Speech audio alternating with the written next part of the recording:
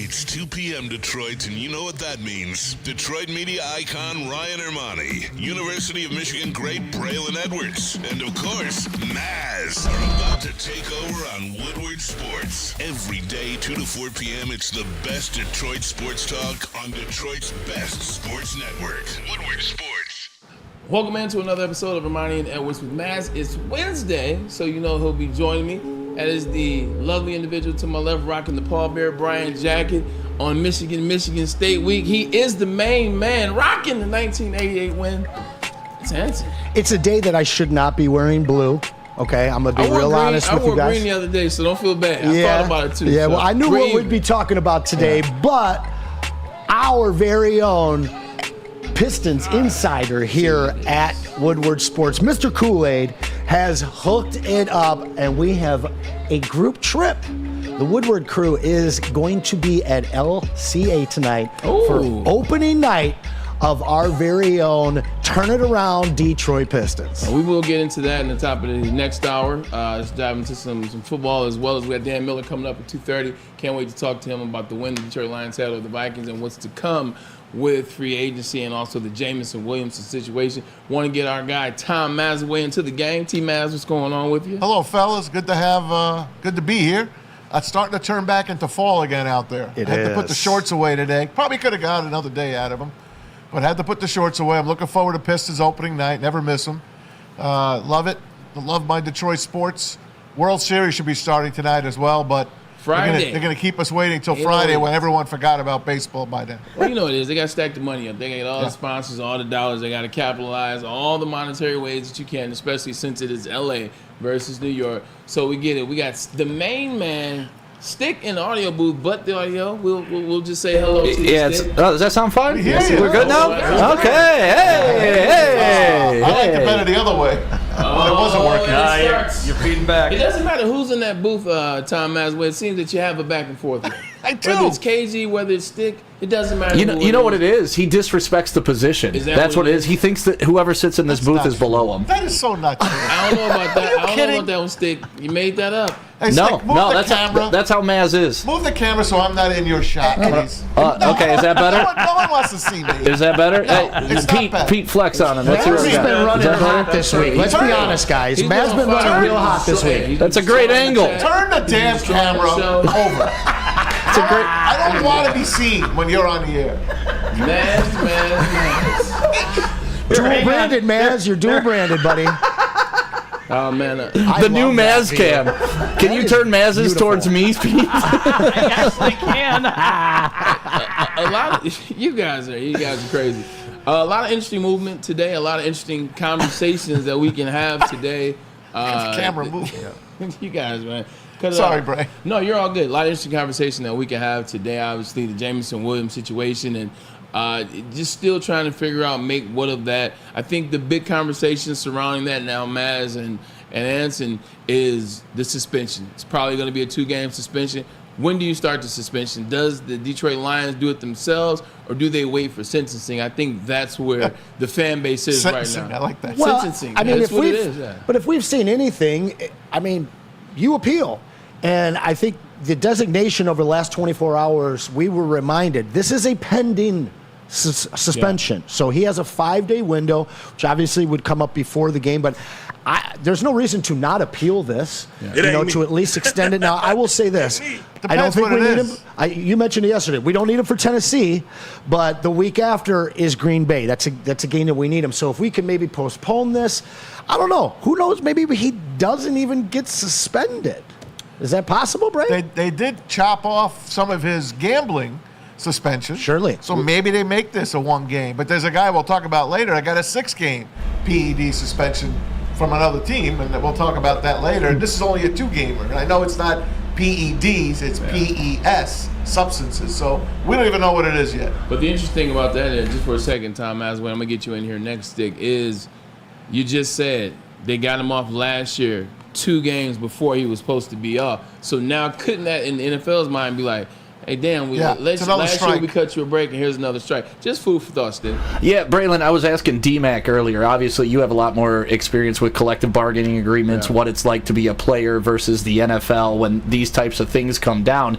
And D-Mac said, because I think it's very strange that they announced potential suspensions for 3 or 4 players, but all the other guys actually got suspended, and J-Mo hasn't been suspended yet, right? So is it in the appeals process? What's going on? And is it a case where if they do appeal, he could be suspended for absolutely 0 games? Because I looked at this as maybe a negative, that, they may be looking to tack on and find out more. D-Mac took the opposite and said that, no, this is a positive, that they're probably looking at maybe rescinding some of it. So in your experience in the league, has there been any other similar situation? Because I can't remember the last time a guy announced was supposed to and then didn't. Yeah, whenever it's on the level like this where it's, you're only talking about maybe a PES, you're talking about 2 games or so, and they haven't given the penalty out. They haven't given the suspension out. They've even delayed the appeals, if you will. It usually bodes well in the individual that got the suspension, that got the notification in his locker. Maybe they're trying to rescind it. You mentioned it, Maz, and I said, trying to play devil's advocate, but maybe you're right. Maybe this is a situation where they look at it and say, hey, look, it's this, but this isn't really anything, and also we love the Detroit Lions. we love the Detroit Lions. Because that's what happened last year. Last year, they loved the Detroit Lions. As opposed to 6, they made it 4, and Jameson Williams was able to get into a groove before he was supposed to. So maybe, who knows? Well, and that whole deal, straws, listen, this is a league that is partnered with gambling sites. So that was a slippery slope they were taking themselves down. I mean, you got a lot of people that are involved with every single team in the league that you're saying can't bet. They quickly changed the rules immediately after that. I think that impacted the length of that suspension. Now, when it comes to this, I don't know many performance-enhancing suspensions that I can remember that were only 2 games. So we still don't know exactly what this is. It's not about performance-enhancing, though. Like, performance-enhancing is a 6-game suspension. This is about a diuretic, a cover-up, or something else. Well, I don't know what the third was. S instead of the D at the end, So I think that I don't think the NFL is fully sure where they want to be on this topic, and much like the gambling situation made them change things, I think that this could be the same type of situation, especially since we don't have any more information. One of the things I said, and look, let's stop the speculation, because you're absolutely right. We do not have full-blown knowledge of what's going on so that we can make intelligent decisions with grasping at straws.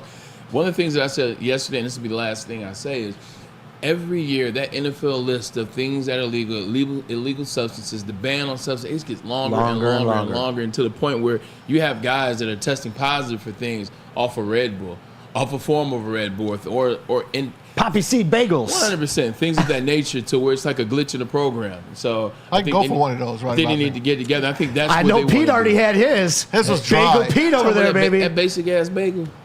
Man, it's the most basic bagel ever. And listen, I don't know if you guys know, Woodward. To warm Woodward. the butter up, toast the bagel just a little bit, little sour cream, like something. Pete is addicted to bagels. Yes. He has at least one. I like it. I like every single day. Yes. We call him Bagel Pete. We call him Pyro Pete. No bagel, no bagel, no bagel. What's your favorite bagel, Pete? Like brand and topping? Lenders, baby. There's no brand. It's got to be a fresh. Detroit Bagel Company. There you go. Okay. Shout out. We could use you as a good. sponsor. Detroit Bagel Company, the best bagels around. Any flavor of bagel, but everything in plain. Are you an egg Is that right guy? there, 9 Mile and Do you like egg bagels? No, Yes, not really. It is? Okay. But I grew up with 8 Mile and Woodward, so we used to go there back in the day. They used to have the corned beef bagel sandwich. Oh, nice. Yeah, that corned beef bagel sandwich. The best bagels are on the east side, and they're called the East Side You think Bagels. everything's on the east Harper. side. You think everything? Harper is and on the east 8 Mile. Everything better is definitely on the east side. It's Let's amazing. go. Amazing. Ain't even right though, the east Stick side. got something to say about That's that. west side And then let me just tell you, the moment That's the I west get side west of sideways. DeQuinder, what are you guys what are you doing in your cars in Oakland County?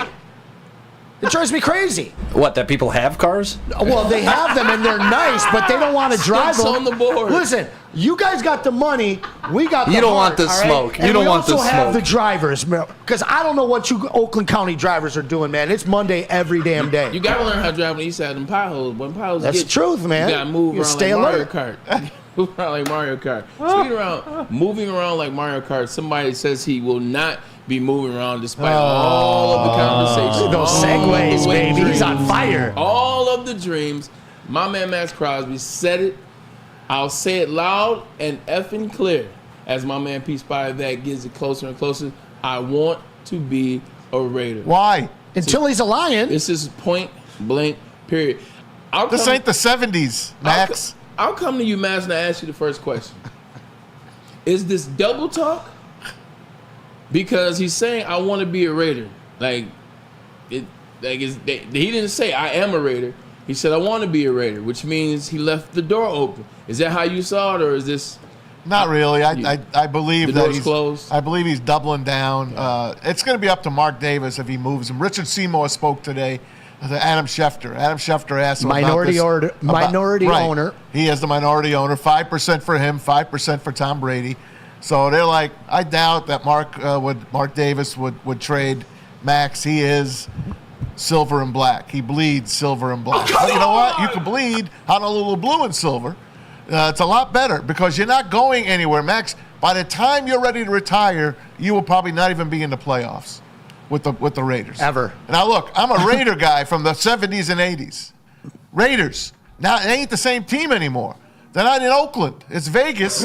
3/4 of the stadium is for the other team. Nobody from the Raiders within the last 10 years that was drafted is going to anybody's Hall of Fame. And I think for players like Maxx Crosby, you want to win championships, but at the end of the day, the Hall of Fame is something that you can control. That's where he wants to end up. It's not going to happen in Vegas. Let me ask you this, though, Anson. With Maxx Crosby saying it like that I'm an effing Raider, is this him leaving the door open, I ask you? Because if deals don't get done, or if deals get done, he comes to Detroit, Mark Davis finds a deal that he likes. Maxx Crosby said that he wanted to be a Raider, but got sent elsewhere. I think it bodes well just about the popularity. I mean, it's a diplomatic move. It's smart. Yeah, if you end up in Vegas for the next 2-3 years, I said I want to be here. You're still embraced by the fans. Yeah. If Lions fans hear this quote about wanting to be a Raider, and next Tuesday he's a Lion and says, "I'm really happy to be a Lion," not one person in Detroit is going to remember what he said yesterday or today. Yesterday? No, he's a Lion today. 100%. There you go. He's the guy. I think we're still having fun with that, but I think the door is. Yeah, but Anson's got his inside guy who says that. I'm going to go with Anson's guy. Okay. I mean, I like that. I've pushed back against that. I just don't think it's not in the plan. It's not in the map that this regime has going forward for the rest of this decade. Giving up massive assets for one guy, when you draft and develop players as well as you do in Allen Park, I just don't see them buying into that. Stick, let me ask you a question. I want to bring your hands. You're smiling about it. I think Anson's wrong. I think Anson may be wrong, but I think this is what you can help me with. The Detroit Lions had a plan. They put the plan in place. They drafted the players they wanted. They paid the players they wanted. They repaid the players that they wanted. They got everything. They kept the players they didn't. They kept them out of the picture, and everything is working. Everything is silky smooth. Everything is the pastures of green, the best team in the NFL. But wait, something catastrophic happens, Dick. Then that's the point. This is glass in a case. This is break glass in case of emergency. You had an emergency. You lost your premier defensive player. This is premier. Yeah, this is what happens when you got to take a detour sometimes. And yeah, okay, this was my planned route to get us to a Super Bowl. I'm going to build through the draft. I'm going to be smart with my draft capital. I'm not going to, influx new players into the team. We're going to grow this organically. But at some point, you're looking around the room like, oh wait, the team was built. That's a Super Bowl caliber team with Aiden Hutchinson. I still believe it is without Aiden Hutchinson, but obviously your chances improve with an Aiden Hutchinson. He gone. He's not coming back. You can't build through the draft to get another Aiden Hutchinson. You can't wait those 3 or 4 years for a guy like that to evolve. You're never going to get a number 2 overall pick again. At least we hope not. You're going to be picking in the late 20s, early 30s all time. Well, you can only go up to 32, so obviously early 30s. But, those days are over. You can't build the team that way. So now you got to go get the guy to replace the guy that you were doing it the proper way. But you just can't do it anymore because the emergency happened. You got to break the glass. Rebuttal on that? I just think that you can go out, like we spoke yesterday, get yourself a Harold Landry, get yourself a Zadarius Smith, and you can save your high-end draft picks, the guys that truly turn out to impact this team. For me, that's the move. I mean, again, if you can get Myles Garrett for the $20 million through 2026, and it doesn't cost you 3 first-rounders, I'm on board with that. I still love Maxx Crosby as well for maybe 2, but I just don't see Brad and Dan doing it. I know everybody here would absolutely love it, but I think you guys would love Landry and Smith as well. All right, cool. Let's put a pin in that conversation because I feel like we're saying the same things over and over. Maxx Crosby probably off the board, but there is other moves that we can make. I want to get into something I heard yesterday for the first time about a quarterback that just does not seem to want to leave the NFC North. Tom Mazaway, you sent it to me right after the show. My guy. Who better to be doing the show with Stick and Anson when this news drops? Stafford to Vikes. Potentially Stafford to Vikes for Sam Darnold long-term with the Los Angeles Rams, reuniting Stafford with head coach Kevin O'Connell and his all-in move. Minnesota believes it needs to upgrade the quarterback this season. Meanwhile, the Rams, they have growing interest in signing Sam Darnold to a long-term deal because nothing is guaranteed. All right, Tom Mazaway, where are you with this conversation, and is there real validity behind it? First of all, I wouldn't want it to happen. We already beat him in the playoffs. We already beat him at the beginning of the year. I'd rather not see him anymore. If he goes to the Vikings, it would kill us. Not kill us. The Lions are the best team. It would hurt us because the Vikings are a very good team. And if you give them Matthew Stafford, I'm telling you, Stick, I know you don't like him. I know you don't. It's okay that you don't like him. It's okay. It looks like they want to do a free-for-all sale because Cooper Kupp is on the block as well. So it looks like the Rams, look, we got our Super Bowl. Hell, we made it back to the playoffs in 2 years. We rebuilt this team. They lost Puka Nacua the first game against the Lions. So they really have lost a ton of guys in the first 2 weeks of the year. They know they can't win the Super Bowl with this team. So they're smart. They are very smart. It's where Brad Holmes came from. So if they can get something for Stafford, although he is owed a lot of money. Big money. So I don't think the Vikings want to pay him a lot of money, especially with J.J. McCarthy waiting in the wings. But who knows, man? It could throw everything in a tizzy if he leaves and goes to the can you picture him in the purple? That would kill me. All right, so I want to ask you the question, Stick. Does it matter if Jared Goff goes to the Minnesota Vikings? Do they become a Stafford? It matters if Jared Goff goes. I would cry. I'd be in my room. I would jump right out on Woodward right now and run into traffic. If Matthew Stafford ended up playing for the Vikings, would that defer you from what the Lions are? Would it bother you at all? What's happened the last 2 times that guy's played the Lions? There it is. 2 close wins. Listen, Did you call him luck wins? 2 close wins. Stick would be more upset about his. I mean, Stick is a huge Sam Darnold guy. We know this. So I think first and foremost, I think he would be really upset about Darnold leaving. I mean, he also believes that the Vikings are the front runner for the NFC North. So I think he would be double crushed. But he's such a big Stafford fan. I mean, lifelong Stafford fan, that Matt Stafford going to his Vikings, again, his front runner for the NFC North, I think you'd be kind of on board with that, even though I know your guy Sam Darnold would be leaving. Yeah, listen, put anybody you want at quarterback up there in Minnesota. I'm not worried about the Detroit Lions, especially if it's Matthew Stafford. I mean, he's come in the building twice since he's been gone. He's been escorted out of the building with L's each time. So, yeah, congratulations. You're getting the ghost of Matthew Stafford. Congrats. I thought Sam Darnold was the answer. I was told he was the MVP frontrunner. Now, all of a sudden, you're trying to replace him? Very interesting what can happen in a week in the NFL, isn't it, Braylon? Yeah, it is interesting, but don't let all that coy foolishness fool you. Sam Darnold's not Matt Stafford. You put Matt Stafford in a Minnesota Vikings uniform. Close. It's a much different team, and you're already talking about one of the best offenses in the NFL. I think the Lions are a better team, but don't act like. Yeah. Don't act like. I'll act like. This. No, I'm just saying. Listen, I'm not Maz. I don't play with scared money all the time. Okay. Like Matthew Stafford can go there and he can throw his little sidearm interceptions at bad times, which he's proven to do. And it's great. He can put up some more stats. What I would love about it is Kelly living in Minnesota, going from Cali to Minnesota. Ooh. Minnesota's beautiful. for They a could buy week a out house. of They the could year. buy a house in Minnesota. Keep their house could in LA. buy all of keep a house here in Minnesota. Detroit. They can do whatever they want. Minnesota's nice for 2 weeks in July. Outside of that, it's the frozen tundra. Hold on, you know what I'm supposed to get? Pete, Minnesota, they get Matt Stafford. What does that look like for the division, and what does that look like for the Detroit Lions? No, it doesn't look like anything for the Detroit Lions. As My man, Stick said, man, okay. the Lions seem to have his number. They've done it twice, and How long I you guys been really dating? honestly think that the Lions are still in command of the division. No harm, no foul. Take there's Matt anything wrong Stafford. with You can that, have of him course. because, I mean, Matt. He has some talent left in the bag. He's going to be throwing to Justin Jefferson. Obviously, he's going to make a mark. He's going to get his production. He's going to get his numbers. That's right. I just don't think that it'll be enough to beat the Lions. Hey, wouldn't that be funny? have Like to now beat you the get all Lions. these former Lions and Minnesota Vikings. It's like the revenge tour, the revenge. You know, for me, I'm looking more. I mean, listen, I think that the Minnesota Vikings have a great shot as their roster stands to be a playoff team. I think that Matthew Stafford makes them closer to a Green Bay. I think it pretty much locks them into the playoffs. Does it strike fear into me? Not especially. My question is from the Vikings standpoint, you're talking about putting a guy on in 25 and 26 for $53 million when you have a kid that you just used a top, 10 pick on that looked really good before he got injured.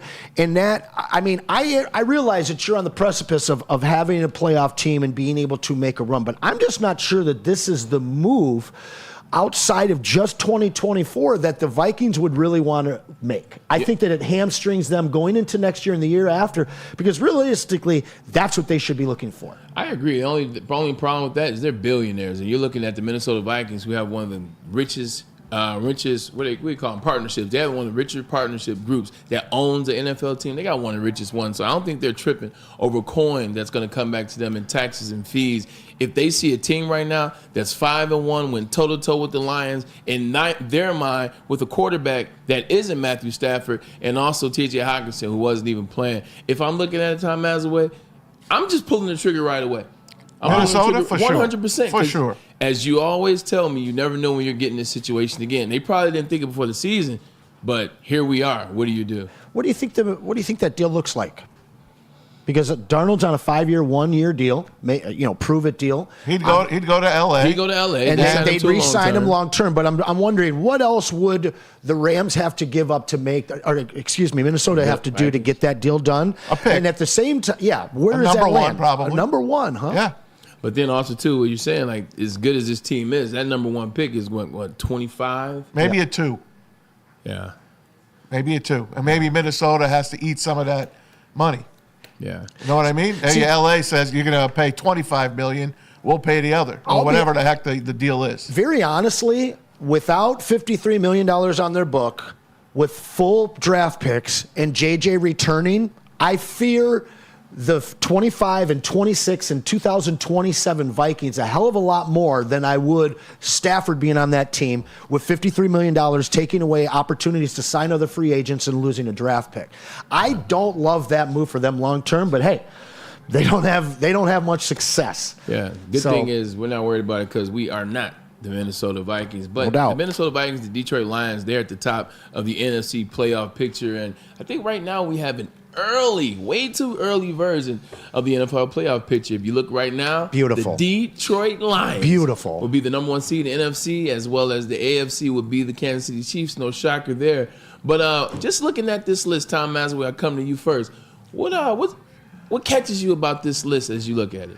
Well, first of all, I don't think I've ever seen It's just the a good Detroit slate. Lions as a number one seed, which is so exciting. But as you can see, It's the just a great entire slate. NFC North makes the playoffs. Yeah. And I said at least 3 of them would make it at the beginning of the year. But if Minnesota goes out and gets Matthew Stafford, all 4 will make the playoffs. Not a question about it. On the AFC side, Wait, so the Vikings don't make the playoffs without Stafford? I don't think they do. But you think the Bears do? I think the Bears are still coming up. So man. the Bears are your third. Okay. I do. Okay. I've said that from the get-go. You did. I believe the Lions probably showed a lot of teams how to beat Minnesota, and we'll find out because I don't think Sam Darnold's in it for the long haul. I just don't. They're going to Bears find have out played about one it. team. Pardon? The Bears have played one team. I know, I'm so man. tired of I the understand. Chicago love. I get it. Good for you. Caleb Williams is on his way up. Caleb Williams is on his.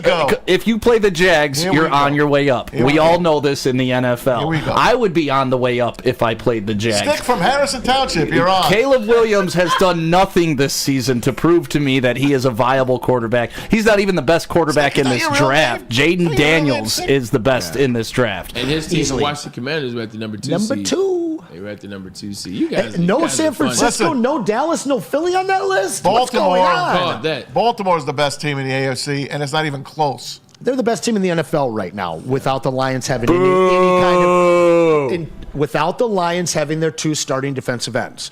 When the Lions make some moves, I believe that you can put them right there back in that conversation with them. Okay, but they have to make moves. What's Lamar done that Goff hasn't? Oh my God! I don't know. Thrown for the most five touchdown games. Show Stick's face right now.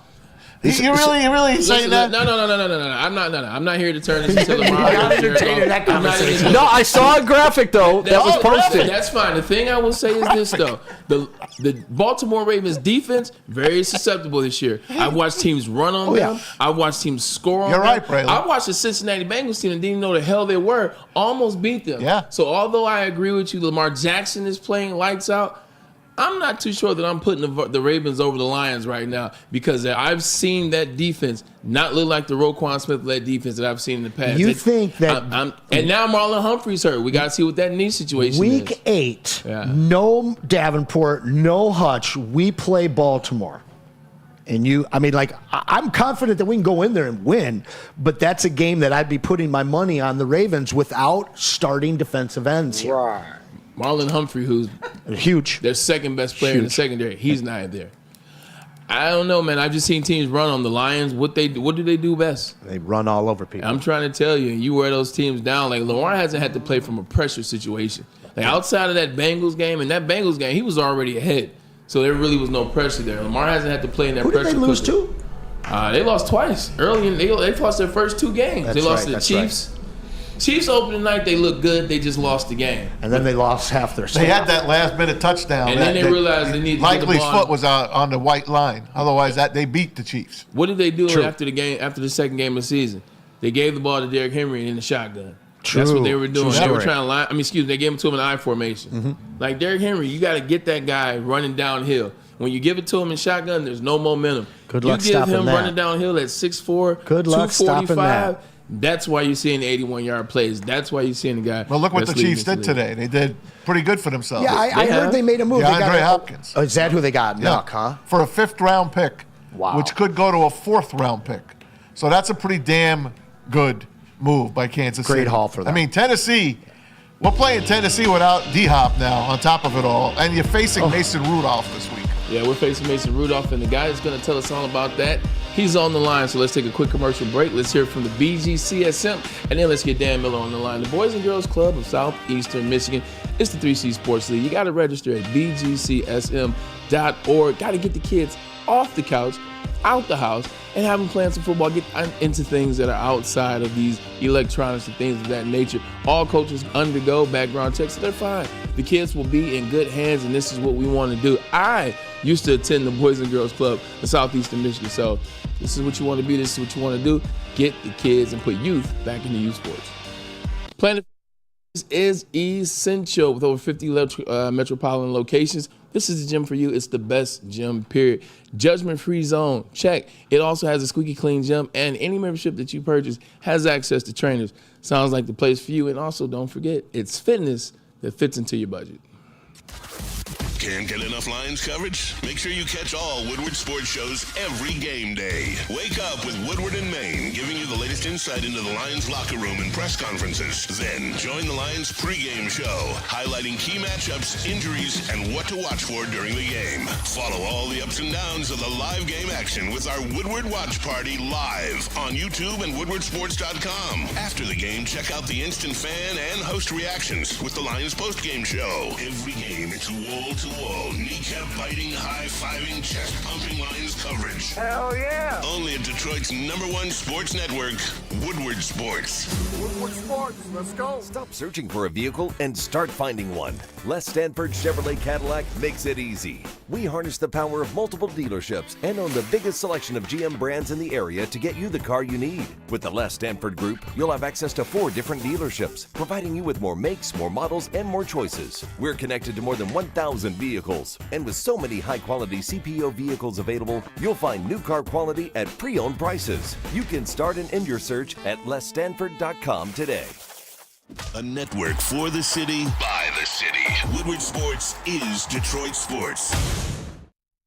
At Planet Fitness, we're seeing if people can tell the difference between our 75-pound dumbbell and a 75-pound dumbbell from an overpriced competitor gym. Okay, the old flick test, that never fails. There's literally no difference. Plus, you can save $28 or more when you join today. Wow. Why would I pay more to lift the same weights? It's the Planet Fitness Strong Choice Sale. Save $28 or more. Join for $1 down, $15 a month, cancel anytime. Deal ends October 10th. Planet Fitness. Light price, strong choice.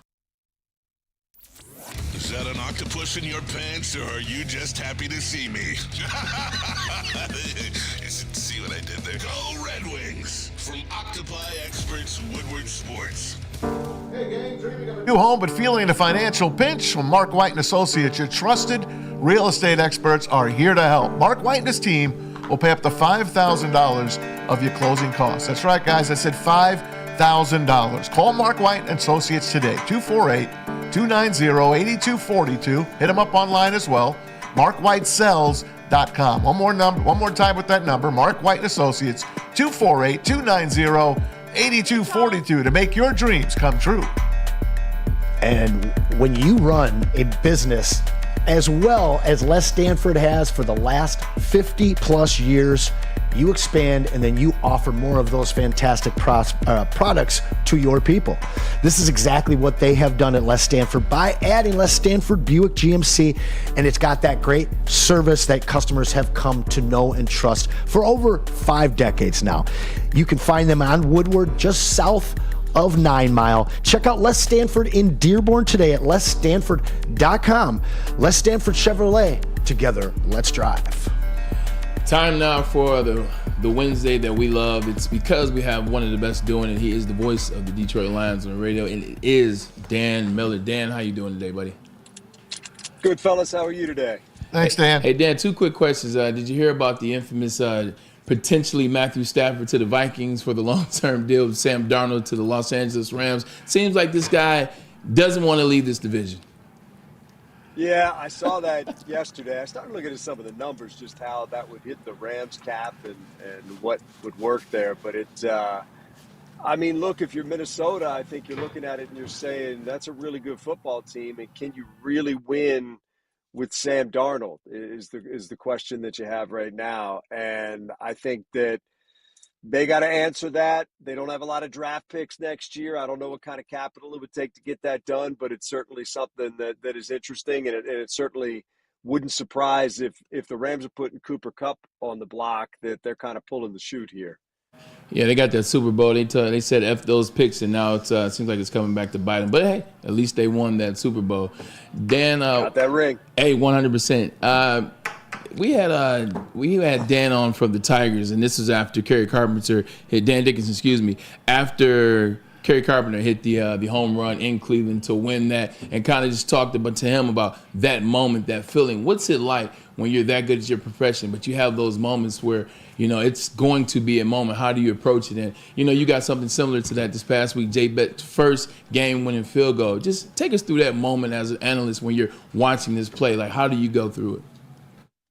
Yeah, I mean, Dan's awesome and what he does and capturing those moments. And I think the thing about it is you just, in baseball, you don't really know it's coming. You don't know that Kerry Carpenter is going to hit the home run and it comes at you in a flash. Is it going to be a single? What's it going to be? And, with Bates, it's kind of like, okay, here we go. It's either going to be good or it's not going to be good.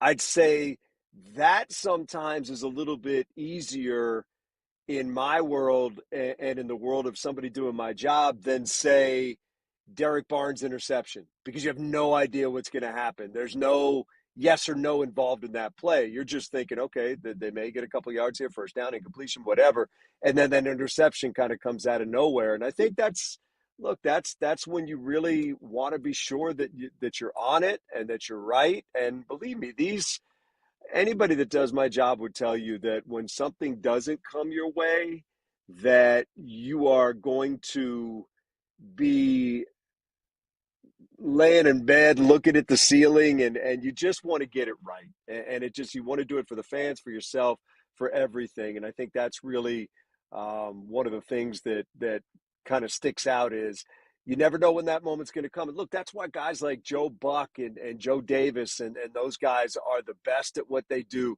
because the moment is never too big. They're always ready to meet it. And that's the challenge for all of us, is just when whatever happens, just be there and ready to call it, and hopefully say something that absolutely makes sense.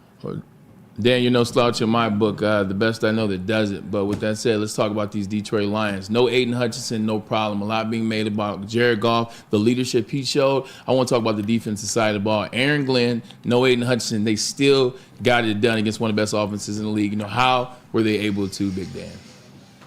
They did. I mean, and thank you for the compliment. I appreciate that. Look, they got enough pressure, but I think what Dan Campbell said was true. They need more. That wasn't good enough. There were several times, and we remarked on it on the broadcast, where, Darnold had all day. And look, if a quarterback has all day, Braylon, you're going to find a way to get open. I don't care who the cornerback is. You're going to find a way to get open. So they were good. They got to win in a tough environment. They weathered all sorts of adversity and being down 10-0. And that stadium was so loud. It was crazy. I love calling games in that place. It's probably my favorite road stadium. But they figured it out. But I just think they're going to need more. That's why I think Dan Campbell has been open about the fact that Brad Holmes has been on the phone trying to figure this thing out, if anything else makes sense. But it gets more and more difficult if you can't force that quarterback to speed things up some. They survived this week. They thrived this week. They got it done. But I do think it presents something they have to take a close look at going forward, because you obviously lost an elite player in Aiden Hutchinson. More than that, you lost a lot of your ability to consistently pressure the passer. And if you don't do that in this league, it's going to be tough. Hey, Dan, fill us in a little bit on Jameson Williams and just your thoughts. Second time this kid's been suspended. It's not official yet, but it looks like a 2-game suspension coming down for illegal substances. We don't know what that is, but what's your take on that? Did they know last week, because he really didn't play a lot last week, one pass? I saw he threw a block on that touchdown for St. Brown, but they kind of played without him a little bit last week. Tell us about what they're going to do going forward here. Well, first, I don't know what they knew last week, but I think that was more, let's credit Minnesota. They were taking him away. And the Lions, I think one of the things that has led to Jared Goff's success is just his ability to take whatever the defense is going to give me. You want to check down? Fine, he'll check down. Because there's no issue throwing to Montgomery or to Gibbs or to Laporta or to, Amon-Ra or to Khalif or to JMO. I mean, whatever you want to give them, they'll take. And I think that was more, let's tip our hat to Minnesota for taking the, deep ball away and a lot of what JMO wanted to do away. Look, I don't know what he did. But here's what I can say about Jameson Williams is he's a different man than I saw walk through that door when he first got here. He's way more mature. He understands what it is to be a professional, and he'd be the first to tell you, and he has said, that there were a lot of things that he wasn't doing right when he first got here. And I'm disappointed just because of all the improvements that I've seen in him. I think he's a terrific kid. I enjoy talking to him. He's got an electric smile. He loves the game.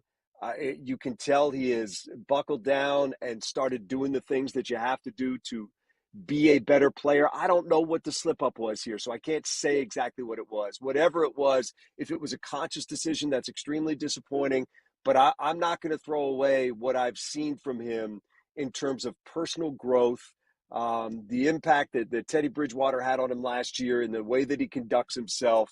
And hopefully this is something that he learns from or whatever it is. Again, it's hard to talk about it when you don't know exactly what it is. But I guess my point would be I've seen such growth as a human being and a young man and a professional from him that I'm not going to let this completely cloud that. We all make mistakes. I don't know what his mistake was, But I again, will go back to the fact that I really appreciate what I've seen from him, and I see a different man than I saw walk through that door on day one. Yeah, you're right. So we don't have to speculate anymore, but isn't it good to know, like, with the one opinion that you had or the one opinion certain people had about Jameson in the beginning, it's because of what you saw. It's because of what was going on. And you said, dang, this guy just doesn't get it. So every time you hear something, it was easy to say, well, this guy's not it. This guy's not the guy. Maybe we move him. Now, after something like this, once you've seen a year plus worth of work in the right direction and things, you have these narratives where you're like, look, I want to give him the benefit of the doubt. Also, no, I don't want to throw him away. I want him to figure it out because you've seen the change that he's done. So I appreciate everybody for seeing that in him. Yeah, no, and I think that's important. I think, listen, none of us want to be judged by our worst moments. We want to be judged by what we have done in totality. What's our full body of work? And the full body of work for JMO is tremendous growth, improvement as a football player, and figuring things out. You're talking about somebody that when he got here hadn't played a ton of football. I mean, it was really one big year in college, and that was it. And he had to figure some things out, I think, in terms of maturity, and I think in terms of being a professional, and he's done that. So, again, it's as you said, Braylon, it's hard to speculate because you just don't know what it was. But I can simply speak to what I've seen over the last couple of years that he's been here, and the person that he is today. Woodward Sports, Dan Miller's Weekly Drive, brought to you by Les Stanford. Chat, show the love for Dapper Dan and smash that like button. In fact, my friend, I got a little extra dapper because I knew I was going to be talking to you today. I appreciate that. My question is for you. Everybody here, the Lions fans, they're so desperate and so starved for one Super Bowl. But what I try and tell people is that this regime, the Ford family, they have a different vision, and it's not just one Super Bowl. It's a decade of dominance. That being said, we've seen how skilled they are at drafting and developing players. I'm of the belief that we will never see Brad and Dan trade away 2-3 first-round picks for one player. So I'm curious, do you think, and I know you might be revealing a little bit, do you think that this is a moment where you see them finally take the plunge and give up a ton of draft capital, or do you see them going the discount road like they have in the past, getting maybe a Landry, maybe a Zadarius Smith? Which road are the Lions going to take? Is this in them to give up that kind of capital? Yeah, I mean, you want to give me Landry, you can call that an economical move all you want. I would take that in a heartbeat. He's a heck of a player. Look, I think this is their body of work tells us that they're not going to give up all those draft picks to get one of those players. But, times change, circumstances change. The fact that you are a legit Super Bowl contender changes things.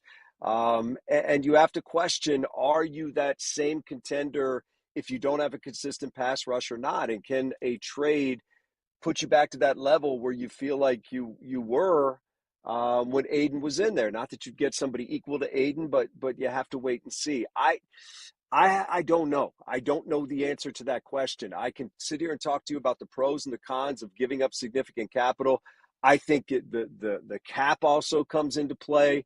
I mean, you got guys coming up in the next couple of years that are going to need contracts from Aiden to, Brian Branch to Kirby Joseph to making a decision on Carlton Davis at the end of this year. There's so many things that play into this. It's not just simply, would you give up draft picks and take on a salary? It's a bigger picture thing and how it impacts them for the next couple of years. But I do think they understand there's some urgency here to get something that'll improve their current standing, just based on reading the tea leaves. And I don't know what that would be. Is that, a complimentary player that Dan Campbell has talked about, a level between complimentary and elite, like a Maxx Crosby is elite. That's somebody that you're talking about giving up. Myles Garrett, that's somebody that you're talking about giving up the store for. There's a level below that maybe is the Landrys of the world. That's a really, really good pass rusher and would help solve a lot of what they're dealing with now, but wouldn't cost the same as what some of these other guys would cost. And then there's the level below that might just give you a rotational guy. So I think these are conversations that they're having. I'm not privy to them. I don't know what they're going to do, but I think they understand that where this season is concerned, this is a critical moment that they have to either really believe in what they've got or look and say, what do we need to add to continue to believe that we are of the level that we're at? Yeah, this is a major trap week game here against the Titans, who are not very good. Just traded DeAndre Hopkins away. Tony Pollard's a good runner, but the Lions have been terrific against the run. Then you got Green Bay and Houston coming up. This is a game that a lot of teams could look past. I know the Lions won't, but how hard is this game going to be for them to play? Well, number one, it's good defense. I mean, I was going over some of the stuff last night. I did not realize how good their defense was. It's really good. So they're going to have to find a way to deal with that. And look, I think if there's one thing that this team has done week after week after week is show up ready to play. And we've talked about this before.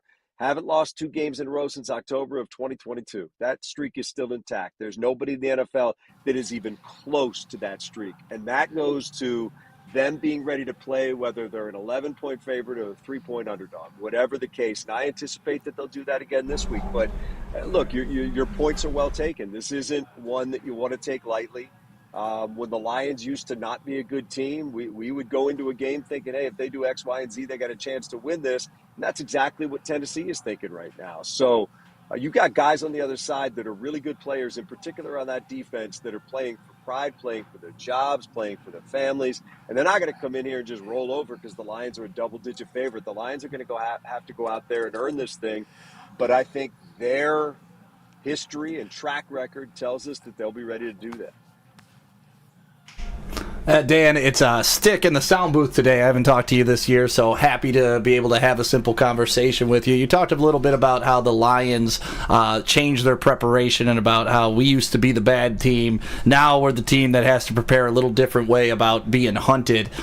I want to know from Dan Miller's perspective, how do you prepare different for a winning team than you used to? Because it's got to be a whole different ball game, a whole different energy going into Ford Field knowing, all right, I got big calls coming today. I don't have to just cover up the disappointment. Yeah, I don't know if the you know what? It's like Brandy and I used to say when they were 0-16, we had a saying that we would say to each other. We must have said it 1,000 times during that season. And it was just call the next play. And whatever your record is, there's a game happening in front of you, and your job is to tell people what's going on in that game, whether your team is 1-5 or 5-1. And when you're not good, you can kind of get immersed in that game, and the bigger picture can go away for a couple of minutes, then you bring it back in when you have to. When you are good, that bigger picture is certainly a part of it because you're thinking about the NFC North, you're thinking about the NFC, and all those things matter, and it's a lot more fun. It's for everybody involved, broadcasters, players, fans, people watching on TV, people in the stadium, whatever it is. So I don't know that the preparation changes. Your probably information changes. The bucket you take into the booth with you changes because there's different things that are involved. But I think you owe it to yourself to just always be prepared.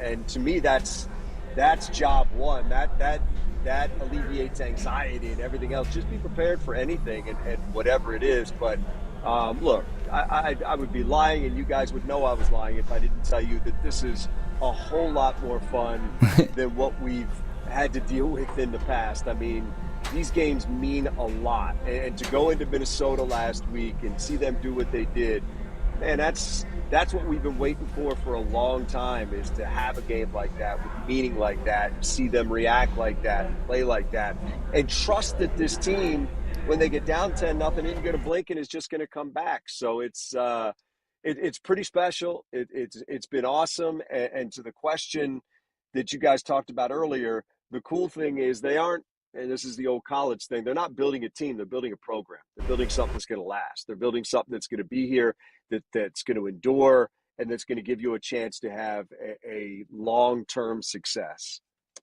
Well, I appreciate it because during those dark days, man, you were the only one as hype as I was watching my losing football team. So thank you for carrying us through those, and you definitely deserve all the success and to be able to call these types of games. So thank you. He's Dan Miller, and he is simply the best. We appreciate you as always every Wednesday. So enjoy this win, but no, it's more to come against the Tennessee Titans. Dan, we appreciate Thanks, you. Dan. No doubt. I appreciate you guys. Thank you very much. Have a great day, man. Always enjoy it. That was great, Dan Miller. Always fun to talk to him. He is truly a legend in my eyes. Tom, what do you make of the conversation, man? I think it's great. I do believe, I like what he said about the possible trades. I like that he is kind of in our park here. Yeah. Maybe you don't get a Crosby. Maybe you don't get a Myles Garrett. But if you can get the second round guys led by Landry and just Zadarius Smith, that's going to help. I just don't want them to get like a practice squad guy. They got Isaiah Thomas. He was a practice squad guy. And I know he was drafted by the Browns a couple of years ago, wound up on the Bengals practice squad. And guys like that are good, but they're not what you really need. We need an impact player. You do. You need at least an impact player. One, you lost two guys. You lost a guy at the beginning of the year, Marcus Davenport, that you signed as a free agent, and you lost your quarterback in the defense. You got to add something more than a practice squad guy. Chiefs do it year after year. Anytime they're this type of year, mid-season, and people are kind of talking them out, they lose somebody, they always go and make a move. Yep. And that's the DNA of a Super Bowl team. Yeah, right. And today the Kansas City Chiefs are finalizing a deal to add who? DeAndre Hopkins. Exactly. Makes you exactly right. For a fifth-round pick. Mm-hmm. Deservingly so at this particular point, but I'm just saying. The impact that he's going to have. I know. I went for a fourth rounder, so yeah. I understand. I understand it. I love you, buddy. But it's the But you were number 3 pick in the draft. That's true. Okay. It happens Good like start. that. But the impact that he'll provide would be much more than a fifth-round pick. Pistons start tonight. They do? They do. The Detroit Pistons tonight, they start the season. They open against Tyrese Halliburton, a.k.a. the Winter Soldier. And if you know why we call him that. He is an assassin. He stays hitting threes. 100% of a certain type. Excited about the Pistons. I know we got 10 minutes before the hour. Let's dive into it. Stick, I know you're big on the Pistons. Anson, we know the Pistons are your life. Look at your shirt. What are the excitement levels for this Pistons team this year? It seems like there's some stability in the coaching staff. Trajan Langdon seems like he's brought some professionalism to the Detroit Pistons franchise. And even some of these younger players seem like they're responding to J.B. Bickerstaff. What is your... Braylon, I'm not going to go out on a limb right now, but I'm going to keep Maz nice and hot. I'm going to tell you this. The Pistons will play better tonight than the Knicks played last night. Yeah, that's not hard. That won't be hard to do. Maybe that's what we should have started. Listen, Celtics, man. They look good. We spoke about it yesterday. Tobias Harris just gave an interview where they asked him why he came here.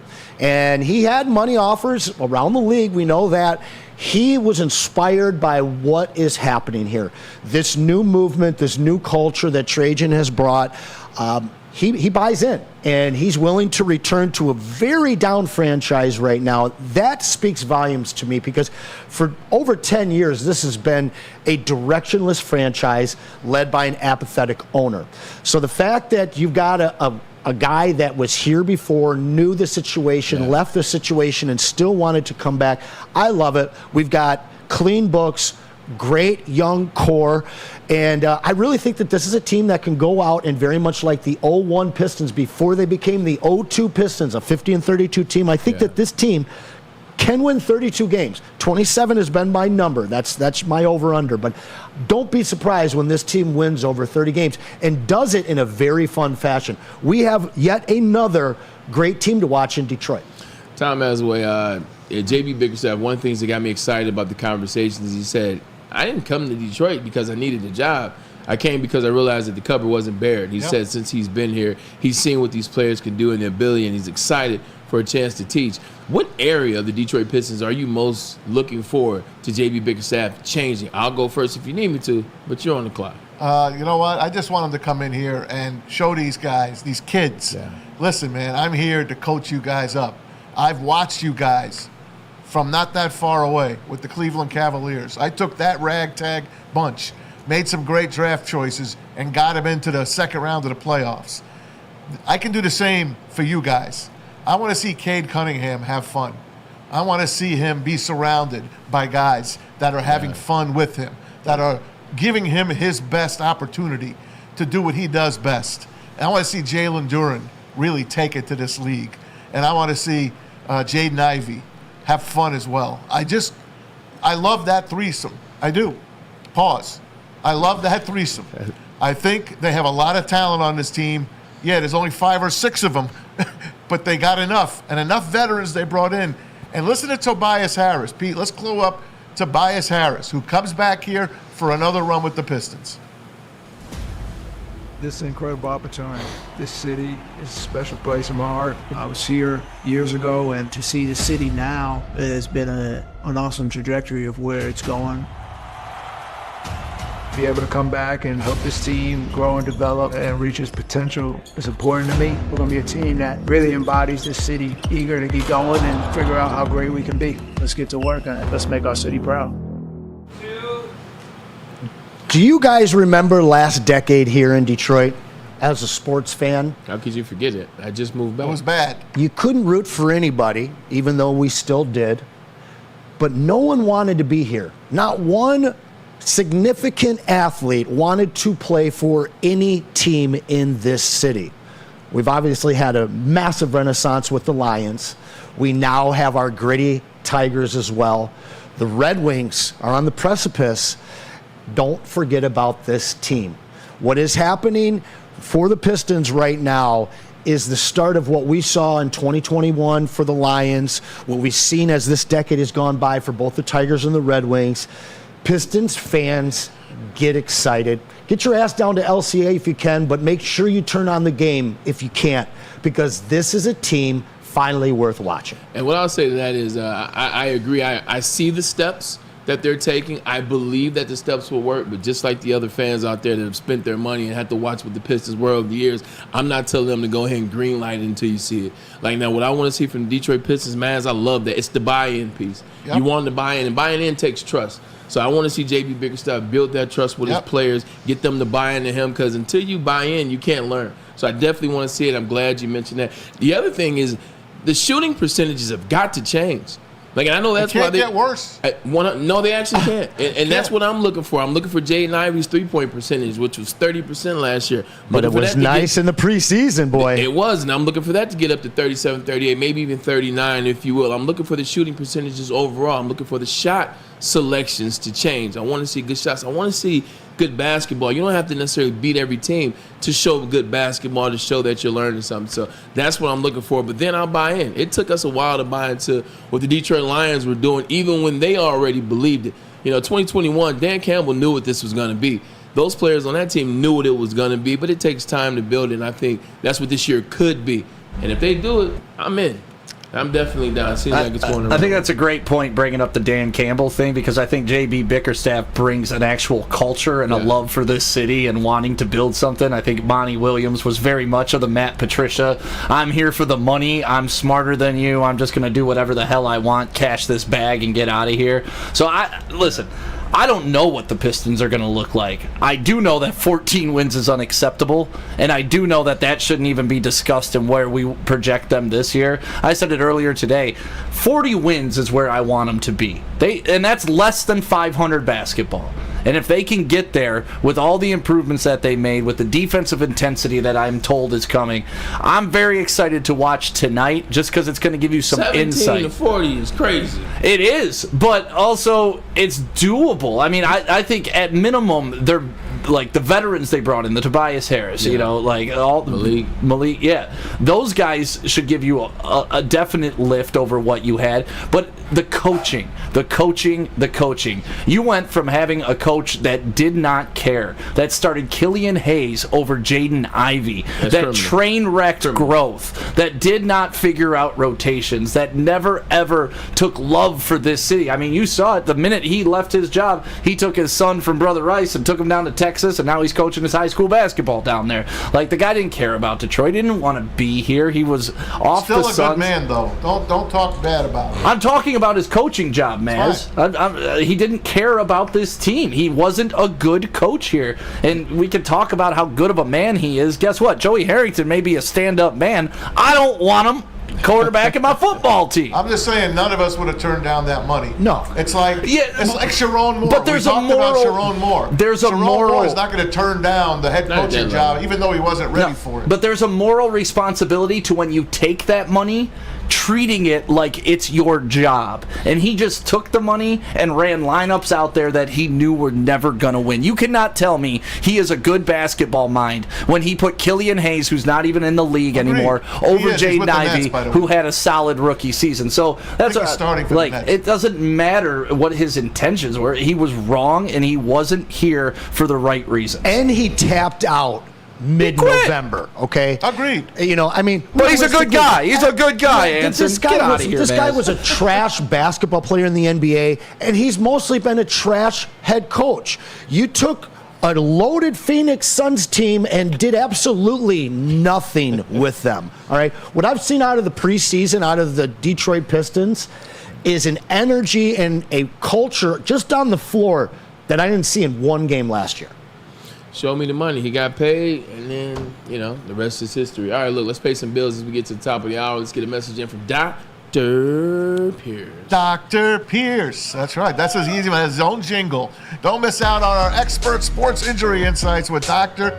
Jeff Pierce of Michigan Sports and Spine. Join Dr. Pierce every Tuesday on Big D Energy. He joins us here on Thursdays. Trust the guy at DMAC and Braylon Trust. Heck, we all trust him. He's got that special sauce for you. You got to get on down there. Check him out at MichiganSportsandSpine.com or call 248-426-9944. Dr. Jeff Pierce, tell him Woodward Sports sent you.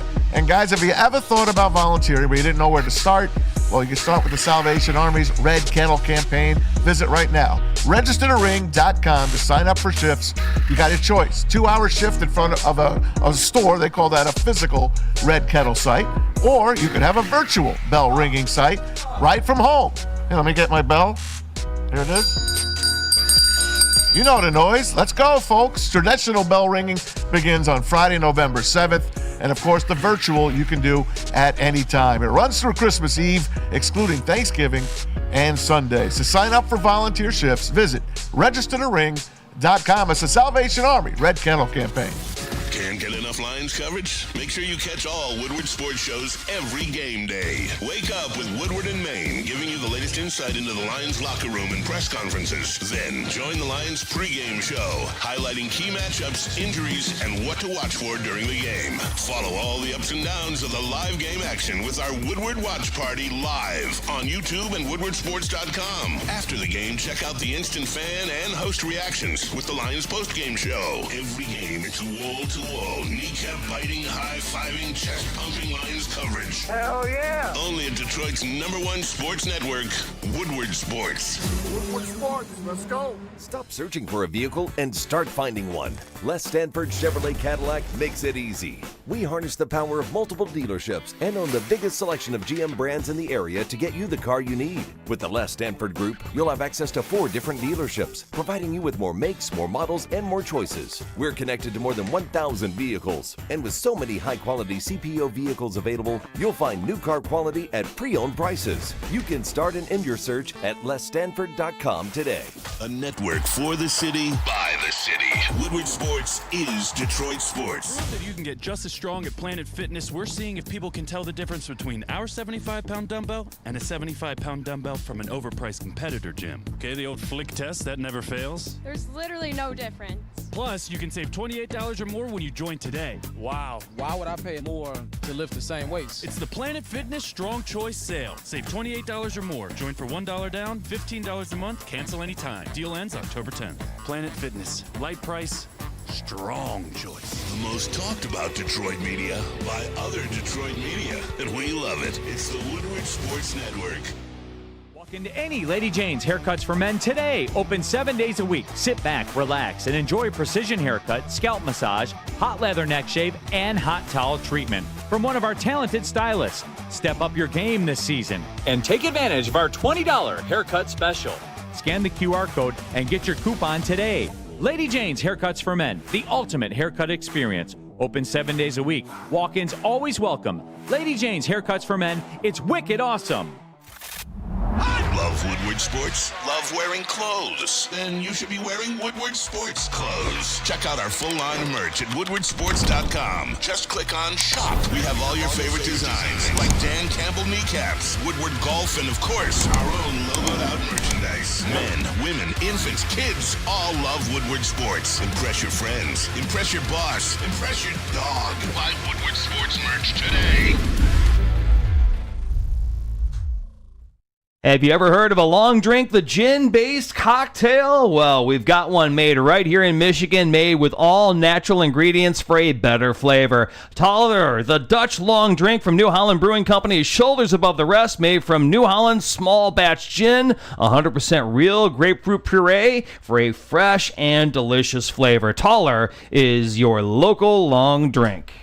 It's football season. It means it's wing season, and guess who has the best wings in the game now? That is Soroki's with their new signature wings, the Parmesan garlic. But don't forget about that lemon pepper, which is KG's favorite. Buffalo is also in that mix. The signature wings, they're the new place to go. You got to go to Soroki's. But if the wings aren't your thing, if they're too new for you, they still have that crispy chicken, got the pizza pies, and also they have the honey biscuits that have made them worldwide. Got to go to Soroki's. You got to get it popping. They're popular all over Metro Detroit. So go here, man. Games, Soroki's, they go hand in hand. You can walk into a Lady Jane's all 7 days of the week and take advantage of their new $20 haircut special, which includes a scalp massage, hot lather neck shave, and hot towel treatment from one of our amazingly talented stylists here at Lady Jane's.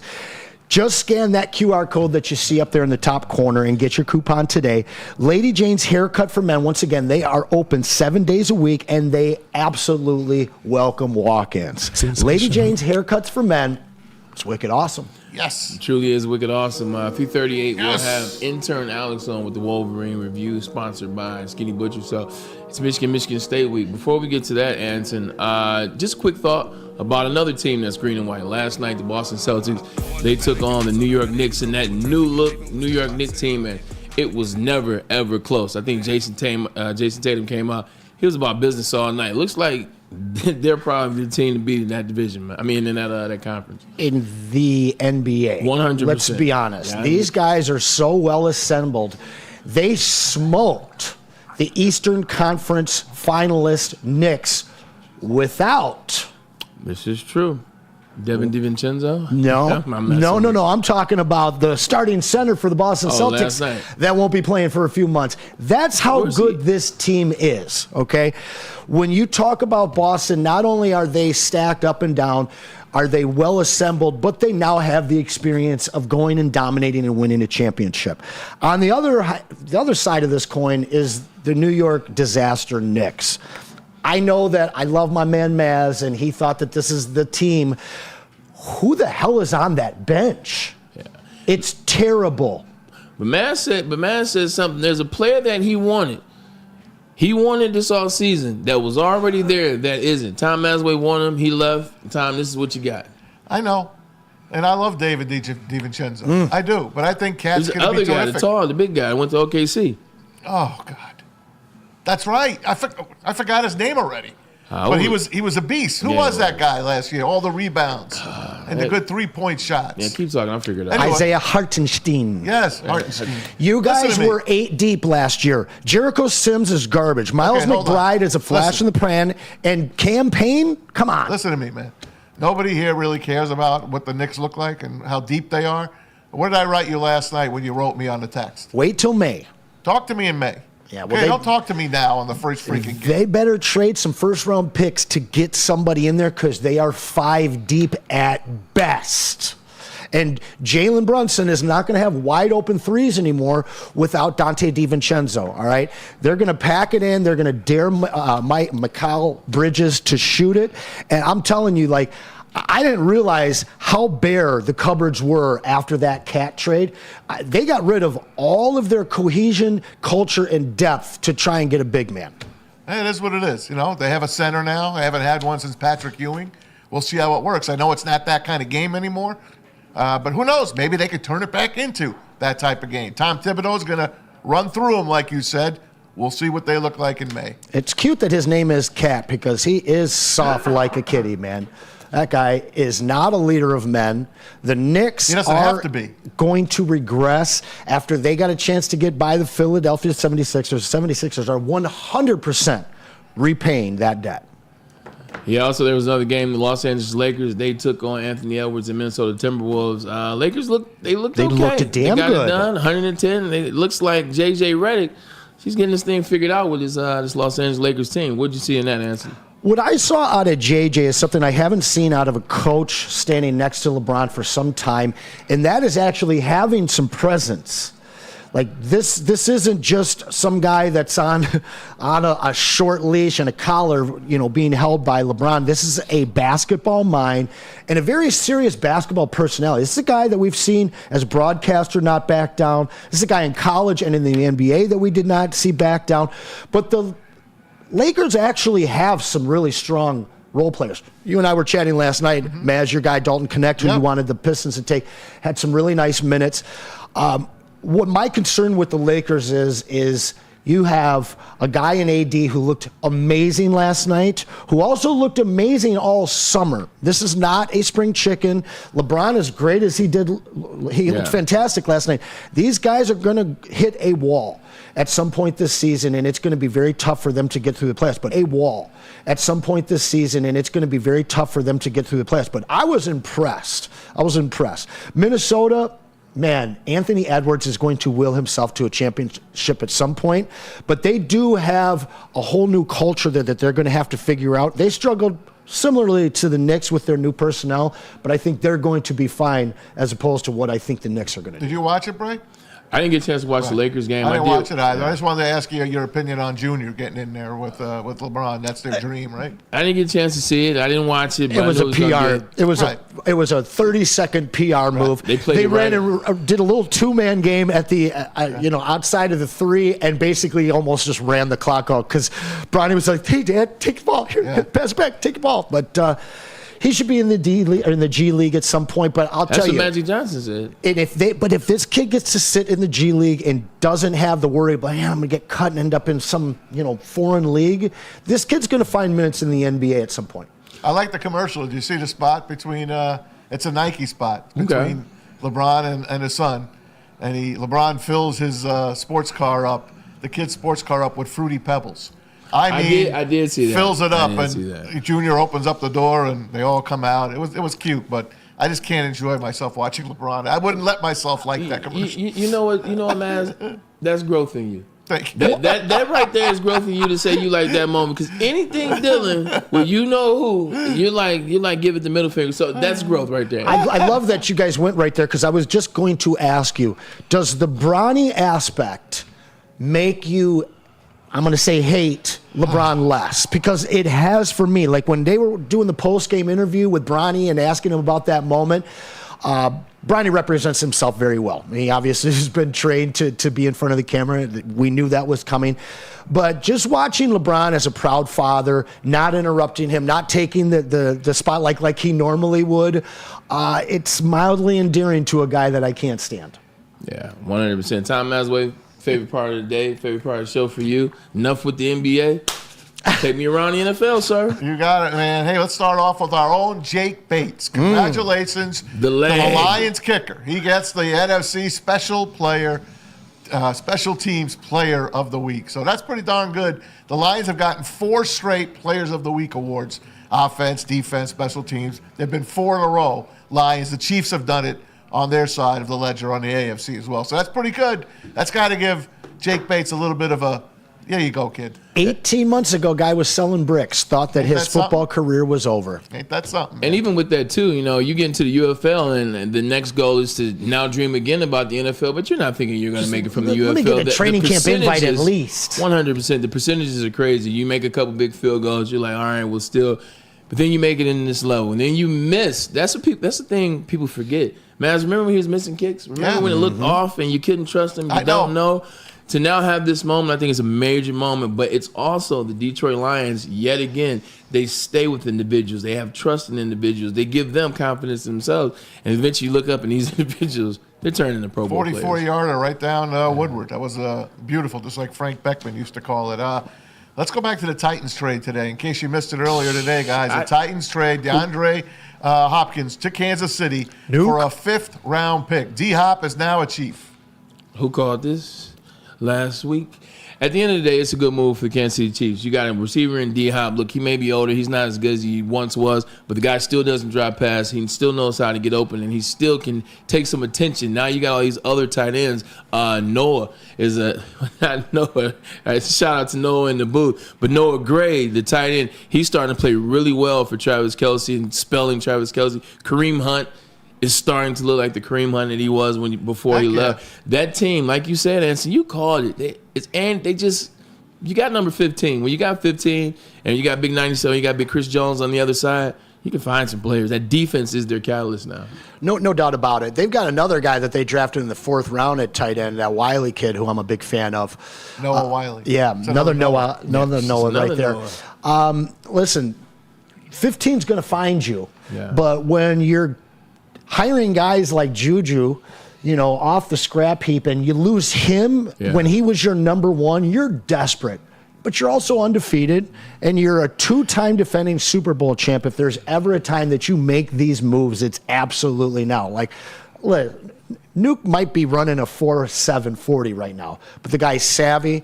He's going to win at a high-pointed ball, and he's going to demand scheming from the defensive coordinator. So it's a no-brain move for what they had to pay. Pete, where are you with the move with DeAndre Hopkins? DeAndre Hopkins, now he's on the Chiefs, and it just seems like every year they find that wide receiver to plug and play and kind of get them over the goal line, and goal line being the Super Bowl. Hopkins is still a spectacular talent in the NFL. I mean, he is at the end of his career, but if anybody is going to rejuvenate him, I think that Patrick Mahomes obviously would be one of the guys to do it. I would like to see Lamar Jackson play with DeAndre Hopkins as well. But being a Chief, I think DeAndre Hopkins will definitely get the ball because Travis Kelce is he's on his way out.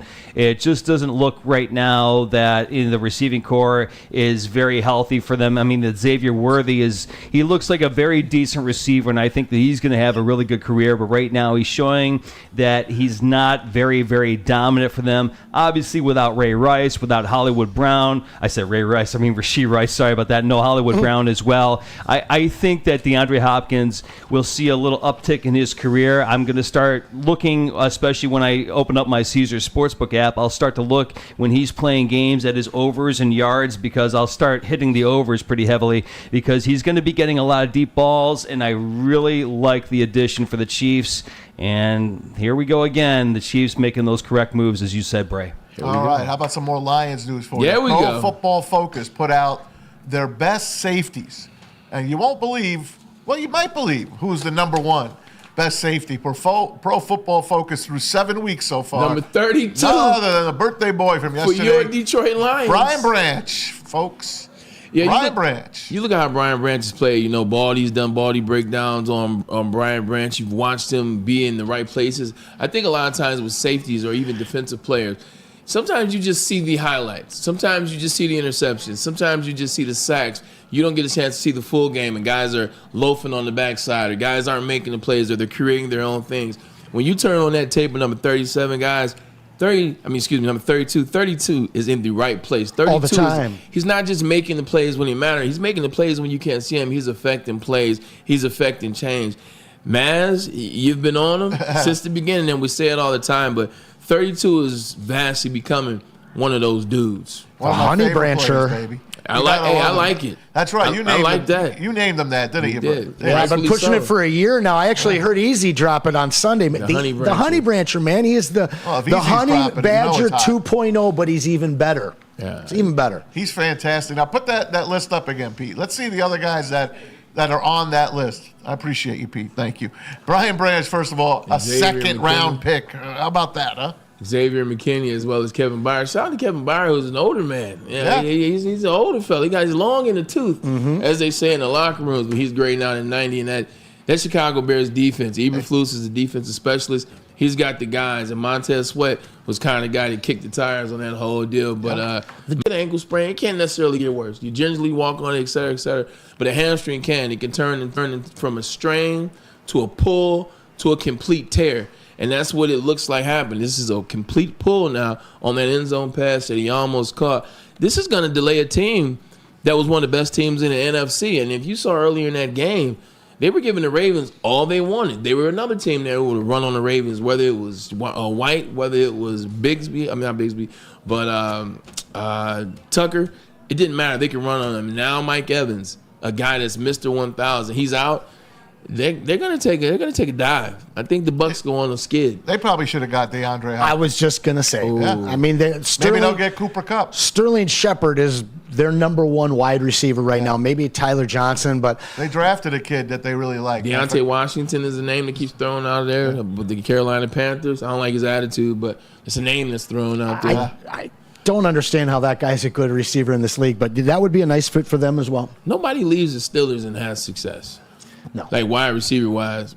Well, I guess Plaxico did. Plaxico did. He won the Super Bowl. Outside of that, it's like they leave, then they go to these hellholes. Nate Washington, Speaking Willie of receivers, Wallace. Brandon Ayuk. Did you see that injury on Sunday with the tore his ACL. with the 49ers? He tore his ACL and MCL. He is, and he's got there's a lot of other stuff that he ruined. He might not even be ready for next year to start the season. Look at these injuries that the 49ers have to be putting up with, and it starts with Christian McCaffrey. No wonder they're not what they used to be. Run them. Look at these things. Look at these guys that are out. What a beautiful graphic that is. Usually when this is an amazing graphic, shout out to the guys in the back. Usually when you get these names of injured players, you're looking at a Pro Bowler, and a lot of times it's a lot of role players. Christian McCaffrey was the Offensive Player of the Year. Brandon Ayuk's one of the highest paid players in the NFC. Juwan Jennings was having his breakout year to become a Pro Bowler. Dre Greenlaw, as well as Frank. When you put those guys to get Fred Warren, they're the best linebacker duo in the game. Javon Hargrave. I mean, the list goes on. Jake Moody. They don't even have their kicker. This is it. It's just not their year, man. You had all that turmoil. Look, guys are working out in other places, like wherever they were, but they weren't together. They weren't dialed in, and you just never know. You talked about distractions. You never know what the distractions are when you're away from home, and it seems like everybody was away from San Fran this offseason, and it sucks, but it's kind of what happens. Yeah, the changing of the guard. Alvin Kamara got some more money. Supposedly, he reached out to Sean Payton and said, hey, get me the hell out of here, coach. Get me to Denver. Get me out of New Orleans. So the Saints throw a 2-year, $24.5 million extension. He already had a year left. Now he's got 3 years left to stay with the Saints. Is that good or bad? He just asked for a trade, I thought. I know. And that's the next day they gave him the extension. So are they giving him an extension to move him or to keep him happy? I mean, to me, I don't get why you would give a guy at that point in his career double-digit millions for 2 additional years. I mean, he's, going into his 9th, 10th year or something like that? And Pete said that they're doing it just so they could trade him easier. I think that would make sense to me. I don't know what that means, though, Pete. I'm just saying that they set his price tag. I mean, basically, they put a price tag on him. It makes it easy. Yeah, I think it makes it easy. You know what the team wants. This is what it takes to get this guy. And I think he's deserving. Alvin Kamara kind of started to take a step back last year, the year before that. But you look at this year, he's among the league leaders in touchdowns. What is it? I think he had one game, he had 4 touchdowns. To me, though, he's not a guy that you can plug in for 2.5 or 3 downs. This is a committee back now. He's a satellite back who's still one of the best receiving backs in the game, and he can certainly take touches on the ground. But to me, that's not a guy I'm looking to wrap up at $10+ million a year for the next 3 years, maybe for 1. What about him and with the Kansas City Chiefs? They don't need him. That Kareem Hunt is clicking for them. He knows the system. He's already won a ring with them. And from what I'm hearing, we'll see Pacheco around week 14. You think? Mm-hmm. Hey, yeah, he started running this week. You won't see Deshaun Watson for a while. Look at the look at this Deshaun Watson since the Browns signed him. Look at this timeline. Bray, run that timeline down if you could. If your eyes are good enough to see that. Pete, you can zoom in on that. No, you don't have to. You don't have to read it. I mean, move it. I can read it. I'm gonna say something after. Since 2022, this is the list of Deshaun Watson accused of sexual assault, traded to the Browns, given $230 million guarantees, suspended 11 games. Browns debut, season-ending shoulder injury. Another lawsuit goes 1-4, tears Achilles, booed by the fans after injury. The epitome of a Browns quarterback. You know what I would say about this? And look, I wasn't in those rooms, thank God, with Deshaun Watson and things of that nature, but God don't like ugly. And what you do in the dark comes to the light. There is a reason why this is the method after him signing $230 million. Like, I don't know what was done for a fact, but I'm just telling you, if you walk like a duck and it quacks like a duck, it's a duck. And this is a situation where you reap what you sow. When you have dozens of women saying the same thing. And dozens isn't even a stretch because it's 39. Yeah. They left his house doing exactly what he did leaving that game. Yeah. So I don't feel bad for him crying at all. Also, too, Maz, if that happens and everything's done and then he's with the Cleveland Browns, if he goes out there and lights it up, then it makes you wonder. It's like, dang, were people lying, or is he just as good, or was he just... It looks like he's done. He's mentally tapped. It's just so much to overcome. It's so much to overcome emotionally. When you're already in the second half of your football career, it's not like you're 25 anymore. You don't see many human beings in any workplace overcome that much stuff in a couple of years. It takes them 5-10 years to come back if they ever do. But that took 5 years. He had to go serve a couple even. But you know what happened in that situation? You're right. But Michael had to face what had happened. He had to go sit down. He had to think about it. He had to pray about it. He had to talk to other people about it. He had to repent and reform. This guy hasn't. He never has. He hasn't. That's a great take, Bray. He hasn't. Yeah, it's Mark crazy. that. That's a good one. Man, that is a good one, man. Fellas, I got an event tonight, man, up in Ann Arbor. It's the Ronald McDonald House. I go every year. Mike Martin puts it on. It's Michigan State versus Michigan. Last year, it was in East Lansing. Michigan State won. Which brings me to my question before I get out of here, Anson. Game's coming up. The game is Saturday, Michigan versus Michigan State. Michigan has the Paul Bryant Trophy. Paul Bunyan. Paul Bunyan, excuse me. I was thinking Paul Bryant. You're looking at his jacket. I was looking at his jacket. Yeah. But, this is for the trophy. And it looks like Michigan State coming to this game is just as good as Michigan, if not better. At least they have a better quarterback, and it seems like they have a little bit more stability. What say you about your team in this game right now? Well, it's not only about what we were able to do coming off of a bye week, focusing on the run game. It's a major win against Iowa, by the way. It's second best running game, you know. It's a major win. Right behind Boise State and John T. This is a defense that stepped up and got practice against one of the best running teams in college right before they're going to face a team that can't really throw the ball. Now, any year I always say that this game can be up in the air. Last year I didn't. We kind of knew that these two teams were in completely different hemispheres. But this year, I don't know, the weaknesses and strengths really match up for what I think is going to be a really close game. Ultimately, it's being played in Ann Arbor. We've seen how that's worked out for the Corn and Blue this year. So I'm not putting money on the Spartans to win this game, but I will tell you this. I think that this game comes down to the final possession.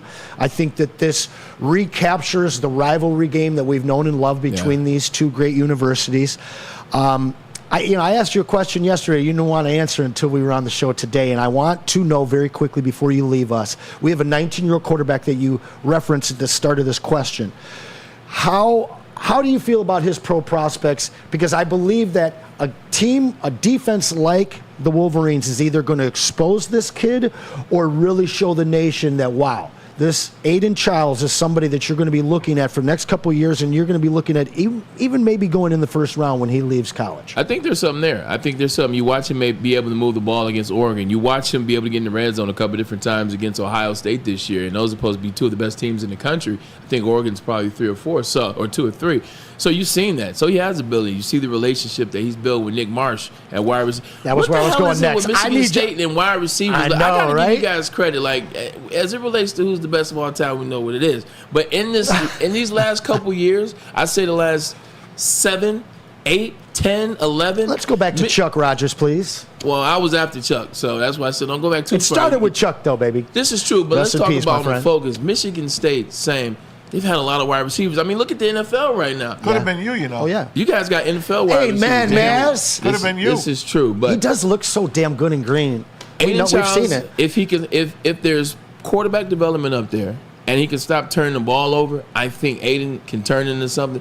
But you guys had quarterbacks in the past, and the developmental part is going to be what it is, whether it was Brian Lewerke, whether it was Connor Cook. And of course, Kirk Cousins. Andy Van Slyke. You've had quarterbacks that can play, but it's about taking that next step. So he's got to stop turning the ball over. If he doesn't turn the ball over, on Saturday, I'm worried. I know we're up against the break, but I need a quick breakdown on your true feelings on Marsh because, man, that kid as a true freshman is exciting. He's just following in the footstep of the Michigan State players before him, man. Like, he's explosive.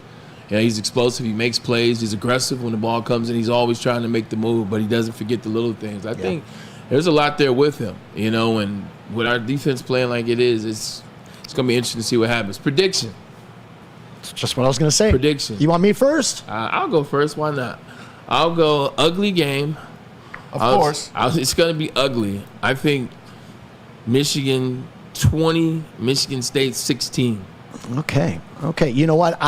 Sounds about right. I'm going to put money on Michigan. Wise. I'm not saying the offense is scoring those points either. Total-wise. Special teams and defense. Yeah. I'm going to put money on Michigan, but I will not stab my alma mater in the back. 22-20 Michigan State. Okay. In the big house. I like it. Let's go. Go green. Sparty on. All that good stuff. Let's go. Go blue. I'll keep it like that. All right, let's get a quick commercial break in from my man Anson in the pregame. Hey, that's right. What are you doing before Lions games? I don't care what you're doing, but you're doing it with Woodward Sports, all right? We're starting you off with Woodward in Maine. Two legends, Mr. Terry Foster and Mr. Matt Broder. This is brought to you by Tangerine Space Machine, Taller, your local long drink, Sabbath Coffee, and Tullamore Irish Dew. They will be at Second Best Bar down in Detroit. And then following them, sponsoring the second show, same people, Tangerine Space Machine, Taller, your local long drink, Sabbath Coffee, and Tullamore Irish Dew. Get right with Belizean and Rule. These guys will be setting you up for your fantasy teams, getting you up to date on suspensions, injuries, and trades with the Lions. And then you can join them in person as well as online here at Woodward Sports for both of those shows before the game starts. And then, of course, we'll tell you later where you need to be for that watch party, and that is Hayes Social. Your Lions fandom with a perfect cup and become a subscriber of Sabbath Coffee Roasters. Whether you're gearing up for a big game or savoring a quiet morning, Sabbath Coffee Roasters has you covered with fresh, locally roasted specialty coffee delivered right to your door. Head to www.sabbathcoffeeroasters.com. Choose your favorite roast, use the code word Woodward, and get 25% off your first subscription order. Awake and unwind, support local, and enjoy game day right with Sabbath Coffee Roasters. We'll be right back, folks. Can't get enough Lions coverage? Make sure you catch all Woodward sports shows every game day. Wake up with Woodward in Maine, giving you the latest insight into the Lions locker room and press conferences. Then join the Lions pregame show, highlighting key matchups, injuries, and what to watch for during the game. Follow all the ups and downs of the live game action with our Woodward Watch Party live on YouTube and WoodwardSports.com. After the game, check out the instant fan and host reactions with the Lions postgame show. Every game, it's wall-to-wall, kneecap-biting, high-fiving, chest-pumping Lions coverage. Hell yeah! Only at Detroit's #1 sports network, Woodward Sports. Woodward Sports, let's go! Stop searching for a vehicle and start finding one. Les Stanford Chevrolet Cadillac makes it easy. We harness the power of multiple dealerships and own the biggest selection of GM brands in the area to get you the car you need. With the Les Stanford Group, you'll have access to 4 different dealerships, providing you with more makes, more models, and more choices. We're connected to more than 1,000 vehicles, and with so many high-quality CPO vehicles available, you'll find new car quality at pre-owned prices. You can start and end your search at lesstanford.com today. A network for the city, by the city. Woodward Sports is Detroit Sports. Proof that you can get just as strong at Planet Fitness. We're seeing if people can tell the difference between our 75-pound dumbbell and a 75-pound dumbbell from an overpriced competitor gym. Okay, the old flick test, that never fails. There's literally no difference. Plus, you can save $28 or more when you join today. Wow. Why would I pay more to lift the same weights? It's the Planet Fitness Strong Choice Sale. Save $28 or more. Join for $1 down, $15 a month, cancel anytime. Deal ends October 10th. Planet Fitness. Light price, strong choice. The most talked about Detroit media by other Detroit media. And we love it. It's the Woodward Sports Network. Walk into any Lady Jane's Haircuts for Men today. Open 7 days a week. Sit back, relax, and enjoy a precision haircut, scalp massage, hot leather neck shave, and hot towel treatment. from one of our talented stylists. Step up your game this season. And take advantage of our $20 haircut special. Scan the QR code and get your coupon today. Lady Jane's Haircuts for Men, the ultimate haircut experience. Open 7 days a week. Walk-ins always welcome. Lady Jane's Haircuts for Men, it's wicked awesome. A ton of fun, a ton of sports, and a ton of man meat. Welcome to the Woodward Heavyweights, live daily 5 to 7 p.m. on Woodward Sports. Hail Caesars. That's right. What have I told you? You could place any bet up to $1,000, and if you lose, you get that bet back. You'd think I'm crazy, but I'm not. If you scan that QR code or enter the code Woodward1000 and your first bet doesn't hit, you'll be getting your deposit back up to $1,000. That's right, I said up to $1,000 just for giving it a shot. Minimum bet's only $20, guys. Download the Caesars Sportsbook app today. It's the official sportsbook of Woodward Sports. Use that code Woodward1000 or scan the QR code on the screen. It's Caesars Sportsbook. And get yourself some clothes. Head to shop.woodwardsports.com right now and load up on some of the greatest and the latest Detroit sports merch. Don't forget the Red Wings and the Pistons are getting underway. So go get yourself some new Pistons and Red Wings merch over at shop.woodwardsports.com. Load up, look great, turn those heads when you walk by with all that great gear. It's the way to be. Back to the show with Anson and Maz. All right, welcome back, Woodward Sports. It is Maz and Anson in for Ermanni and Edwards. Pete's here with us. Noah in the sound booth. We're all over the board today, but we're getting a good show on here for you. And it is Michigan State week. Like them or love them, hate them or whatever. You know, hit that like button, guys, by the way, on the chat if you can. Smash it down. See if we can get up to 150, maybe 200 likes today for Michigan State. And can we tip our cap to Noah? I don't know if all of you guys at home know what this guy means to us and how hard he works, man. Amazing. Shout out, bud. Noah's one of our favorites. No doubt about it. We're going to miss him. No doubt about it. Yeah, big weekend this week. I'll tell you what. It's been a couple of tough years being a Spartan fan and whatnot. Knowing that this game going in, you just really didn't have a chance last year. 2 years ago, it wasn't looking great either. But when you look at these two teams coming off bye weeks, you got one who takes a dump, gets smoked 21-7, and they've got Illinois. Yeah, major questions at quarterback. In fact, we don't even know who's going to be starting for the Wolverines this Saturday. That doesn't bode well for a team that's looking to hold on to their streak against their rival. Michigan State, on the other hand, is coming off of a win where they look like a completely different team. Their offense was moving, their run game was awesome, and they were defensively a team that we haven't seen so far. So I know Michigan fans are worried. I know Spartan fans are encouraged.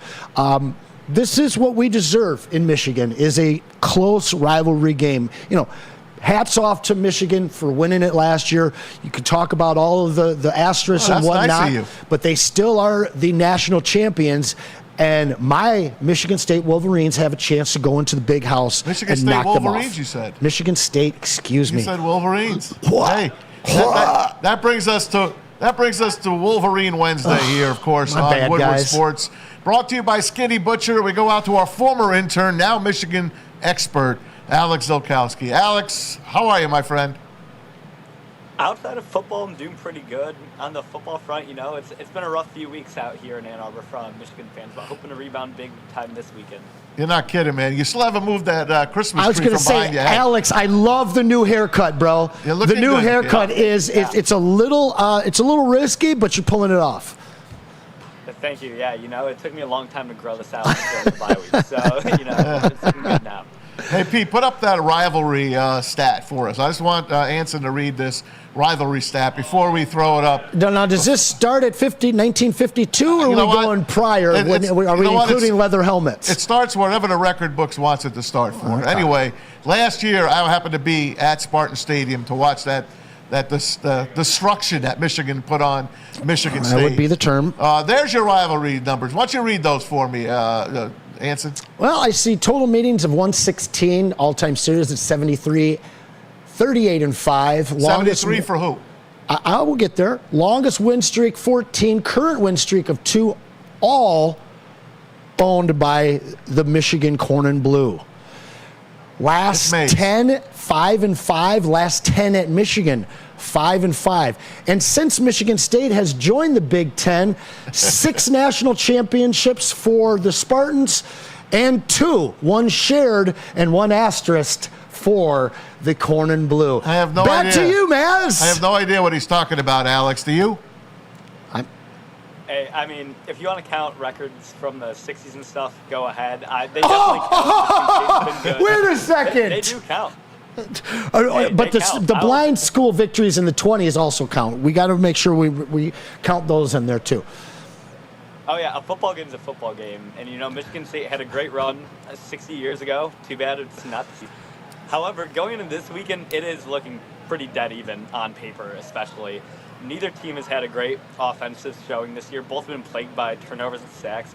And I think ultimately it's really going to look like a vintage Big Ten game out here. I think we're going to see both sides struggle to move the ball, and ultimately special teams might be what this whole series and game comes down to. And if that's the case, then this weekend certainly favors Michigan State.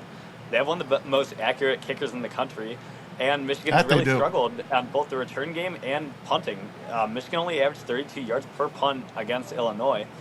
And when you have an offense that's been as anemic as Michigan, even just having 32 versus 42 yards per punt and not getting the field position is crucial throughout the game. So, out here in Ann Arbor, it's not feeling too great heading into this weekend.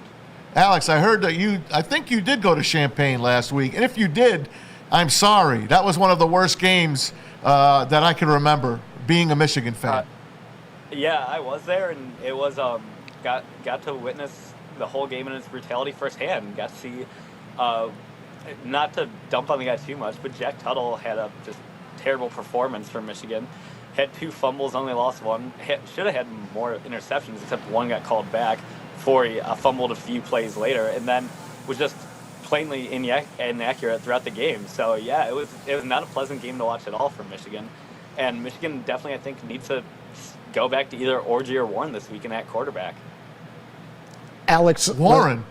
Alex, listen, I have tipped my cap to you as being one of the most realistic and honest fans, as well as somebody that breaks down your team of the Michigan Wolverines. Let's talk quarterbacks here, all right? So you just mentioned you had some real issues at quarterback. First and foremost, who's starting this weekend? So that is a decision I'm not envious at all of the Michigan coaching staff for, because every quarterback on this team currently has a glaring flaw.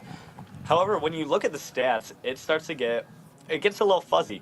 Tuttle may have had the most passing yards for any Michigan quarterback last game. However, a lot of those came kind of at the end of the game when it was desperation mode and he was just chucking the ball up and hoping Colson Loveland or Hogan Hansen could come down with it. Now, after watching last week's game, I don't think there's any way Michigan can go back to Tuttle. He's a 7th-year quarterback who has sat for most of his time in college, and that's happened for a reason. But when you look at the stats, it starts to get a little foggy of really who should start. Because on the one hand, in the case for Davis Warren, he has the highest yards on Michigan's team. He has the highest completion percentage.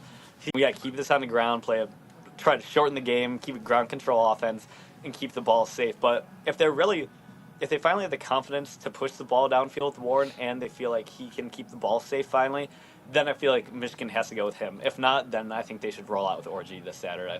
All right, why don't you just give us the scoop here? What about this 4-star freshman quarterback that everyone talks about? Is it true his parents have put in a stipulation in his NIL that he's not to play this year? Help us out here, Alex. So there is no way to truly tell if that's a stipulation in his NIL deal or anything, because all those contracts are confidential. That was a rumor, especially last year, because at the time people didn't know, quite frankly, if J.J. McCarthy is going to come back for a 4th year, that he was okay with coming in and redshirting for a year. But outside of that, there's just things he needs to work on. He was in high school. He needs to get his strength up. He was never the most touted for his arm strength, but he's a great decision maker. He has to get really a hold of his offense in the scheme. And on the other thing, I think this might be a thing where the Michigan coaching staff might just realize that, hey, this year might be a bit of a wash in terms of competing for the Big Ten and the national championship. You think? But we can't put this... Yeah. But we cannot put out Jaden Davis immediately and just completely derail his whole career by him just either getting injured, him going out there while he doesn't have a full grasp of the offense and having to sit behind an offensive line that last week gave up 5 sacks to Illinois. So I ultimately think it might be a thing of, I don't think he is necessarily ready, but I also think the Michigan coaching staff is really looking in the longer term here and not trying to ruin the 2025 and 2026 seasons in a sunk cost of the 2024 season. Alex, despite the recency bias that Michigan and Michigan State fans are experiencing over the last week, I believe that Michigan has a better team from top to bottom. That being said, their offense is holding them back so badly that we're even having this conversation of this maybe being an even matchup. For me, you hit the nail on the head. When you talk about Alex Orji, you talk about a guy that doesn't turn the ball over a lot but can't necessarily throw the ball down the field. I think that this is a game that if Michigan comes out and just dedicates themselves to running the ball over and over again, not only with their backfield, but also with their quarterback, and then taking some selective short shots, that's the recipe to beating Michigan State. Because I think that they are better, and that because of that, the way they lose that game is by beating themselves. So to me, I think you absolutely have to have Alex Orji starting and playing that game for them. But I want to transfer to the other quarterback side, Aiden Childs. I asked Braylon here before we got you on, as 19-year-old quarterback, what are your pro prospects for this guy, and how much does he scare you this Saturday? So, yeah, Aiden Childs does scare me this Saturday, and potentially one of the biggest things is, and what we saw Michigan struggle with last Saturday in Champaign, is if Michigan comes out and once again has no rush lane discipline like they did against Illinois or Texas, Childs has the ability to completely gash this defense with his legs. So that is something that is scary. However, on the other side of that, he has been turnover prone at times and has also taken a fair amount of sacks. But outside of that, he's looked like a really good quarterback for a 19-year-old. He's been able to go out. He obviously has a great connection with Nick Marsh, who is currently the number 3 freshman wide receiver in America in yards. And he, quite frankly, he would be starting on Michigan right now if he was playing for the other side.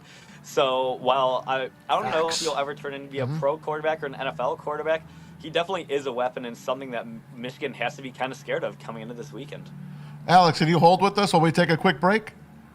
Oh, yeah, of course. Awesome. All right. Let's hear from our post-game show. How about that, Pete? I love you, Tommy.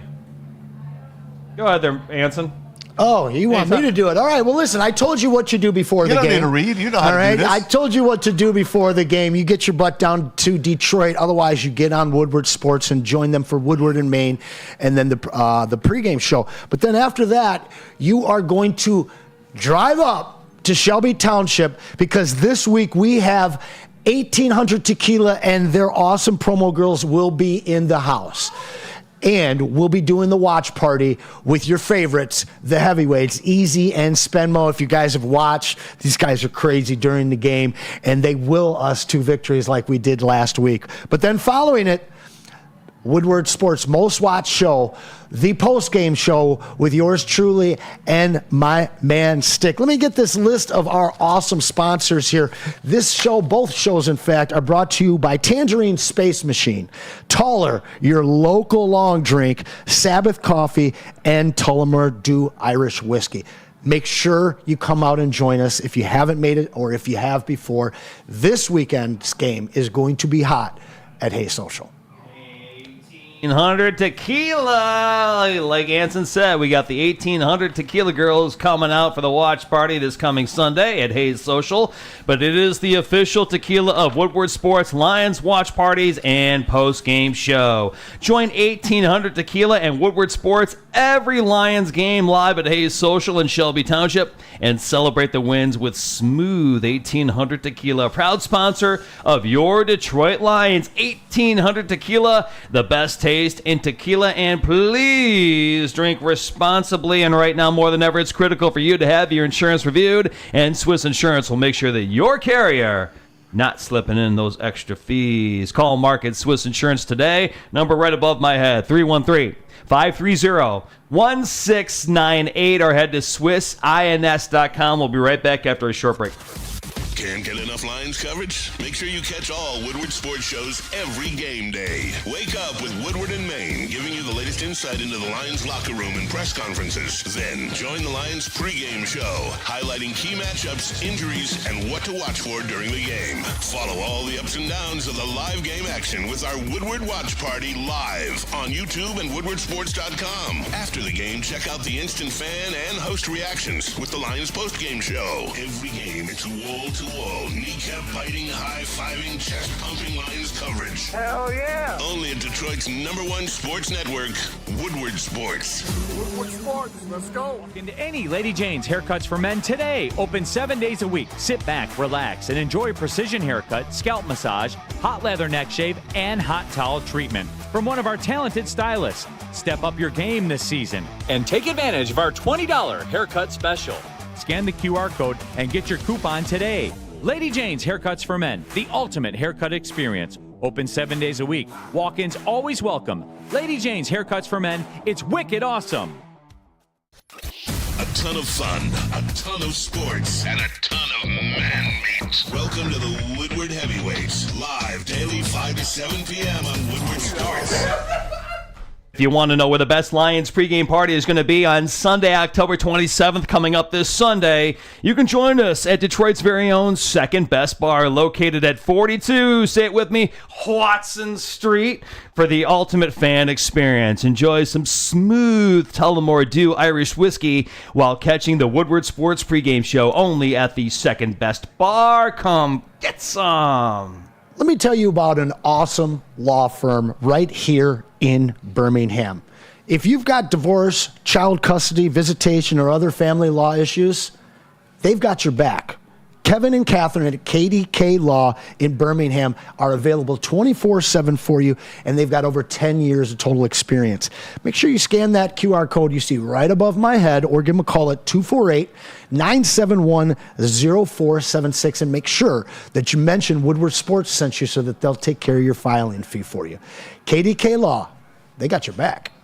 That's right. We all got your back right here on Woodward Sports. Welcome back. Tom Mazaway, Anson Wells, Pete is in the house, as well as Noah. Thanks to Braylon and Ryan. We'll all be back together tomorrow. But we got Alex Ziolkowski on, our Michigan insider. It is Wolverine Wednesday, brought to you by Skinny Butcher. Alex, got a couple minutes to go. What do you expect in this game besides pain?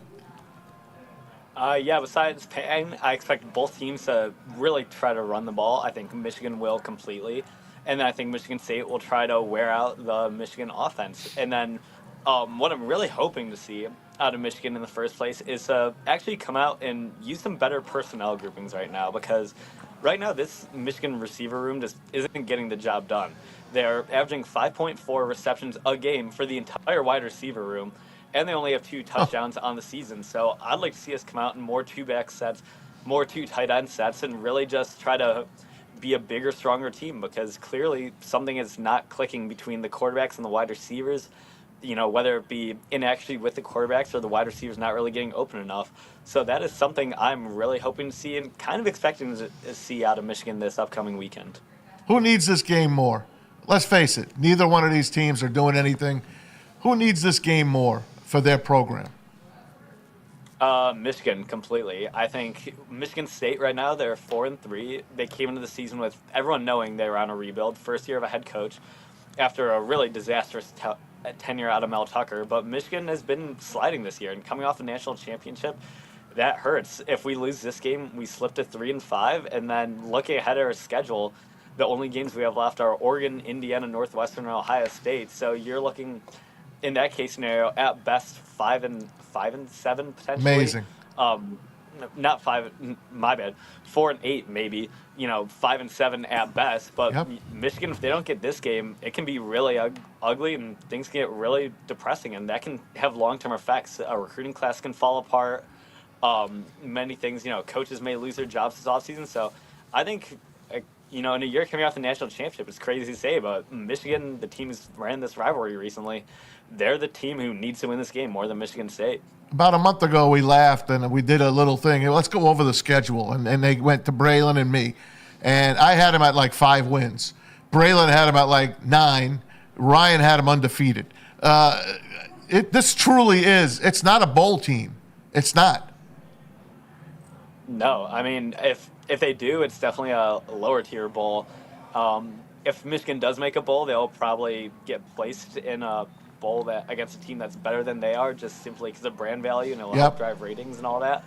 But yeah, this is not looking like a team that really is deserving of making a bowl. And the sad thing about that is this is a super talented team. Come April, based on how they're playing, Michigan has 4 in a stretch of Josiah Stewart makes his way and 5 potential first-round picks. And to have that level of an upper ceiling of talent and not really looking like a bowl game, it is a very disappointing thing for that's on the coaches. Fan base to be dealing with. That's on the coaches. Yeah, it is. Yeah, and a lot of our albums right now are on the coaches in previous years. People might be quick to blame Jim Harbaugh about not recruiting quarterback well after J.J. McCarthy, but Sherrone Moore was co-offensive coordinator the last 3 years, and he was the sole offensive coordinator last year.